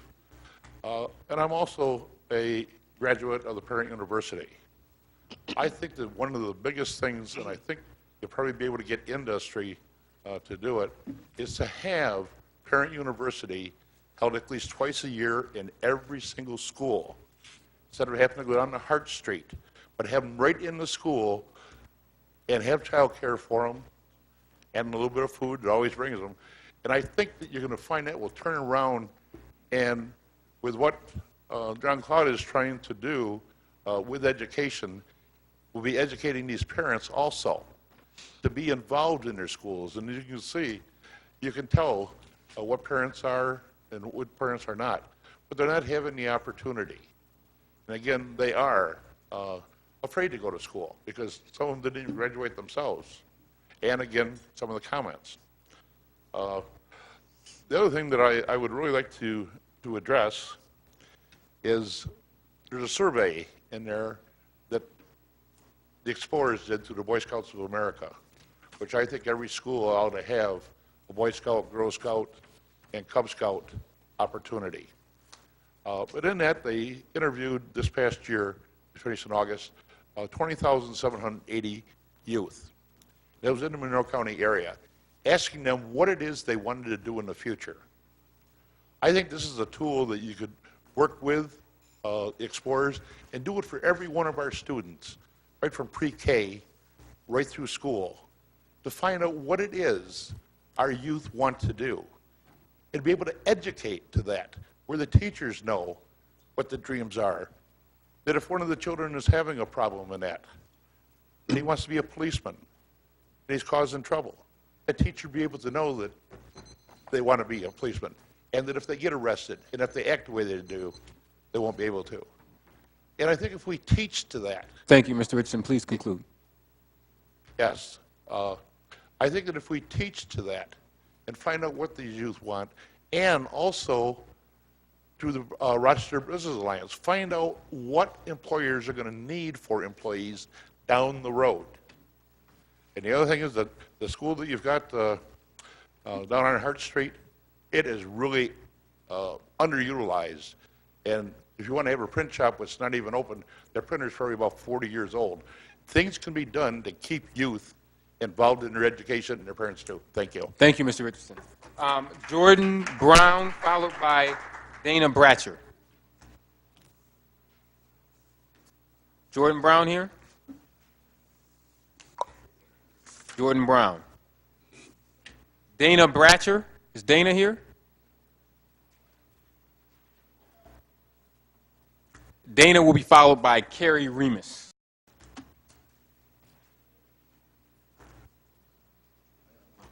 Good. Dana Bratcher, Vice President of Student Governance, Monroe Community College, Damon City Campus.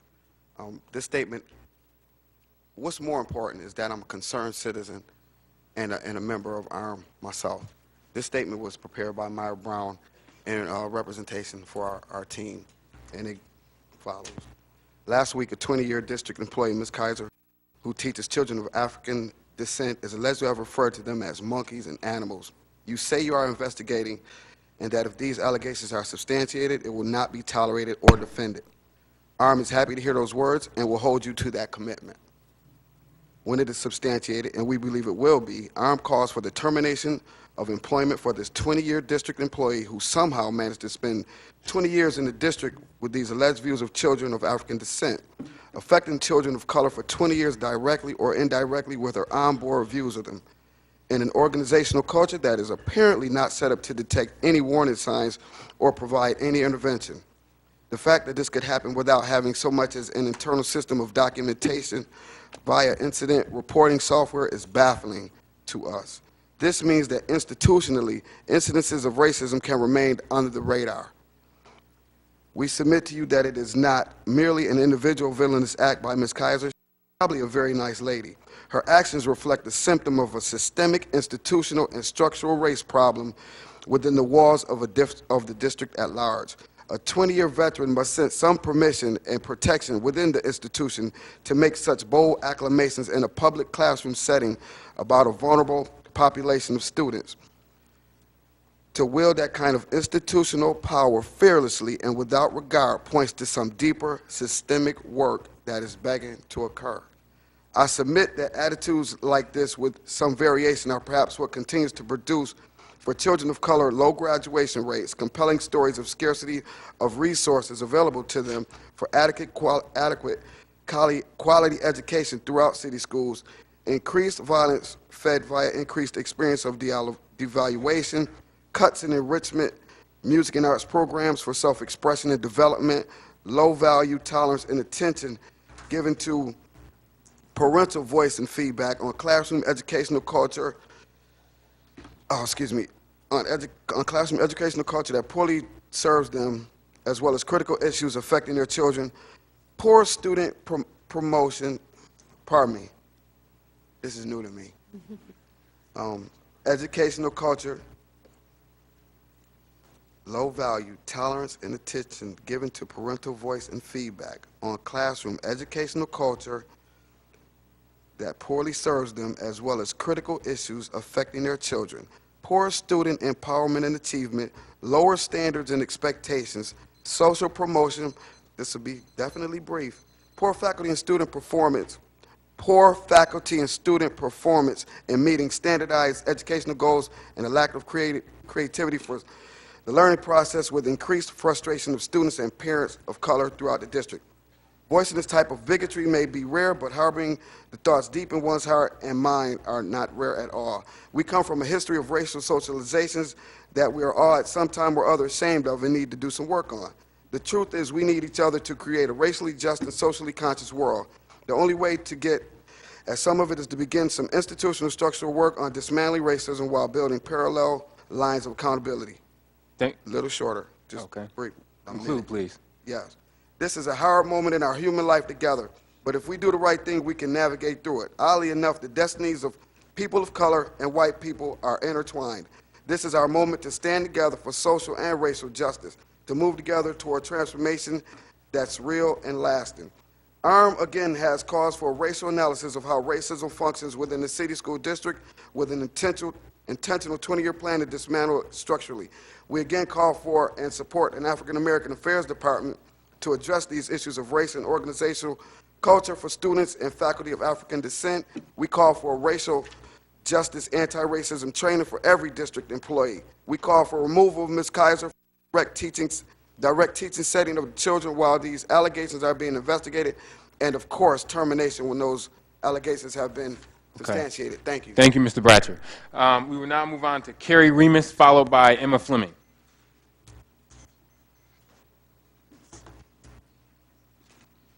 You have 3 minutes. Thank you.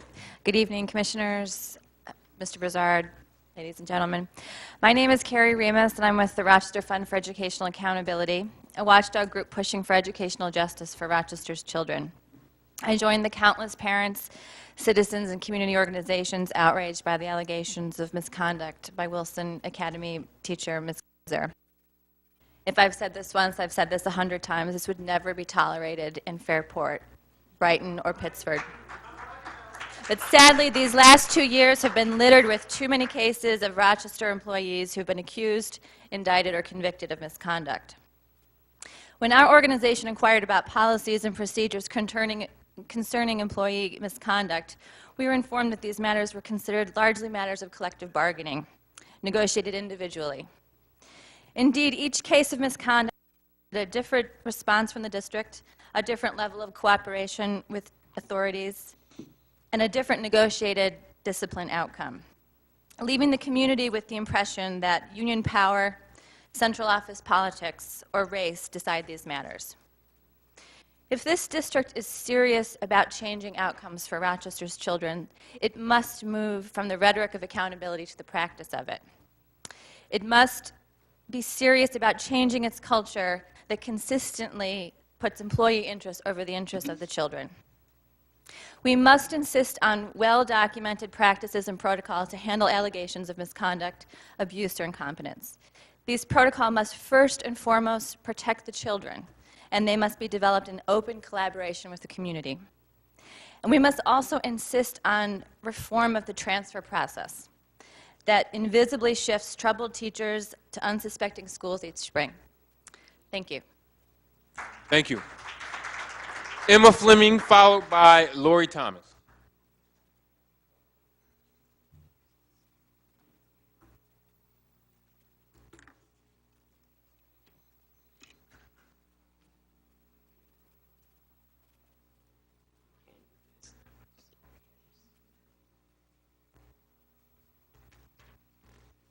What I just passed is dress code. Been in the system, and the way that these teachers come to school is unbelievable. Seem like we have heard everything, and some of them dress like they are going to the farm, even though when I went to the farm, I had on decent clothes. Amen.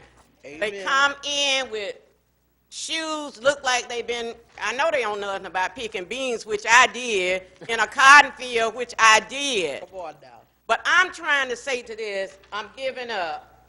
I'm at this point, I'm afraid to go into school. I've been out on leave since February. The language in the school is ridiculous. We have 75% of our teachers, and I don't have to say what color, because it's not about color. But when will our kids get an education? I graduated from Savannah State. with a BS degree in math and a minus in physics and computer science. To this day, I still can't read and understand what I'm reading. So I give up. Because one thing about math, at the time when I was out there, every child could add, divide, subtract was the basic. And I did a good job at that. Now, what's wrong with our educated teachers that our kids still cannot read?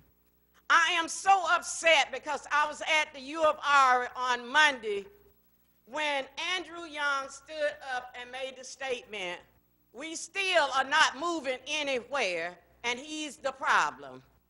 So I decided that I'm going to give up teaching and let you all have that. I'm fixing to get on the bandwagon with Obama. I'm opening up my building. I'm just letting you know where I'm fixing to go now, to see some changes. Come on now. I'm fixing to get on the bus. Yes, sir. He has a headquarters at my place on Hudson, right down from Franklin. And to the new superintendent, I once was old, but now I once was young, but now I'm old. I've never seen the righteous forsaken, and I will never beg for bread. Thank you. Lori Thomas.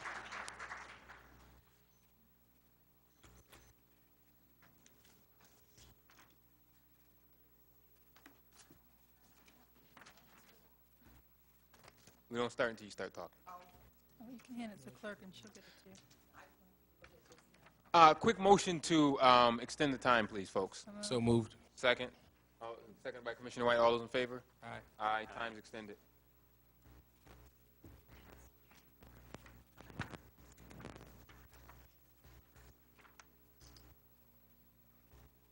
Ms. Thomas.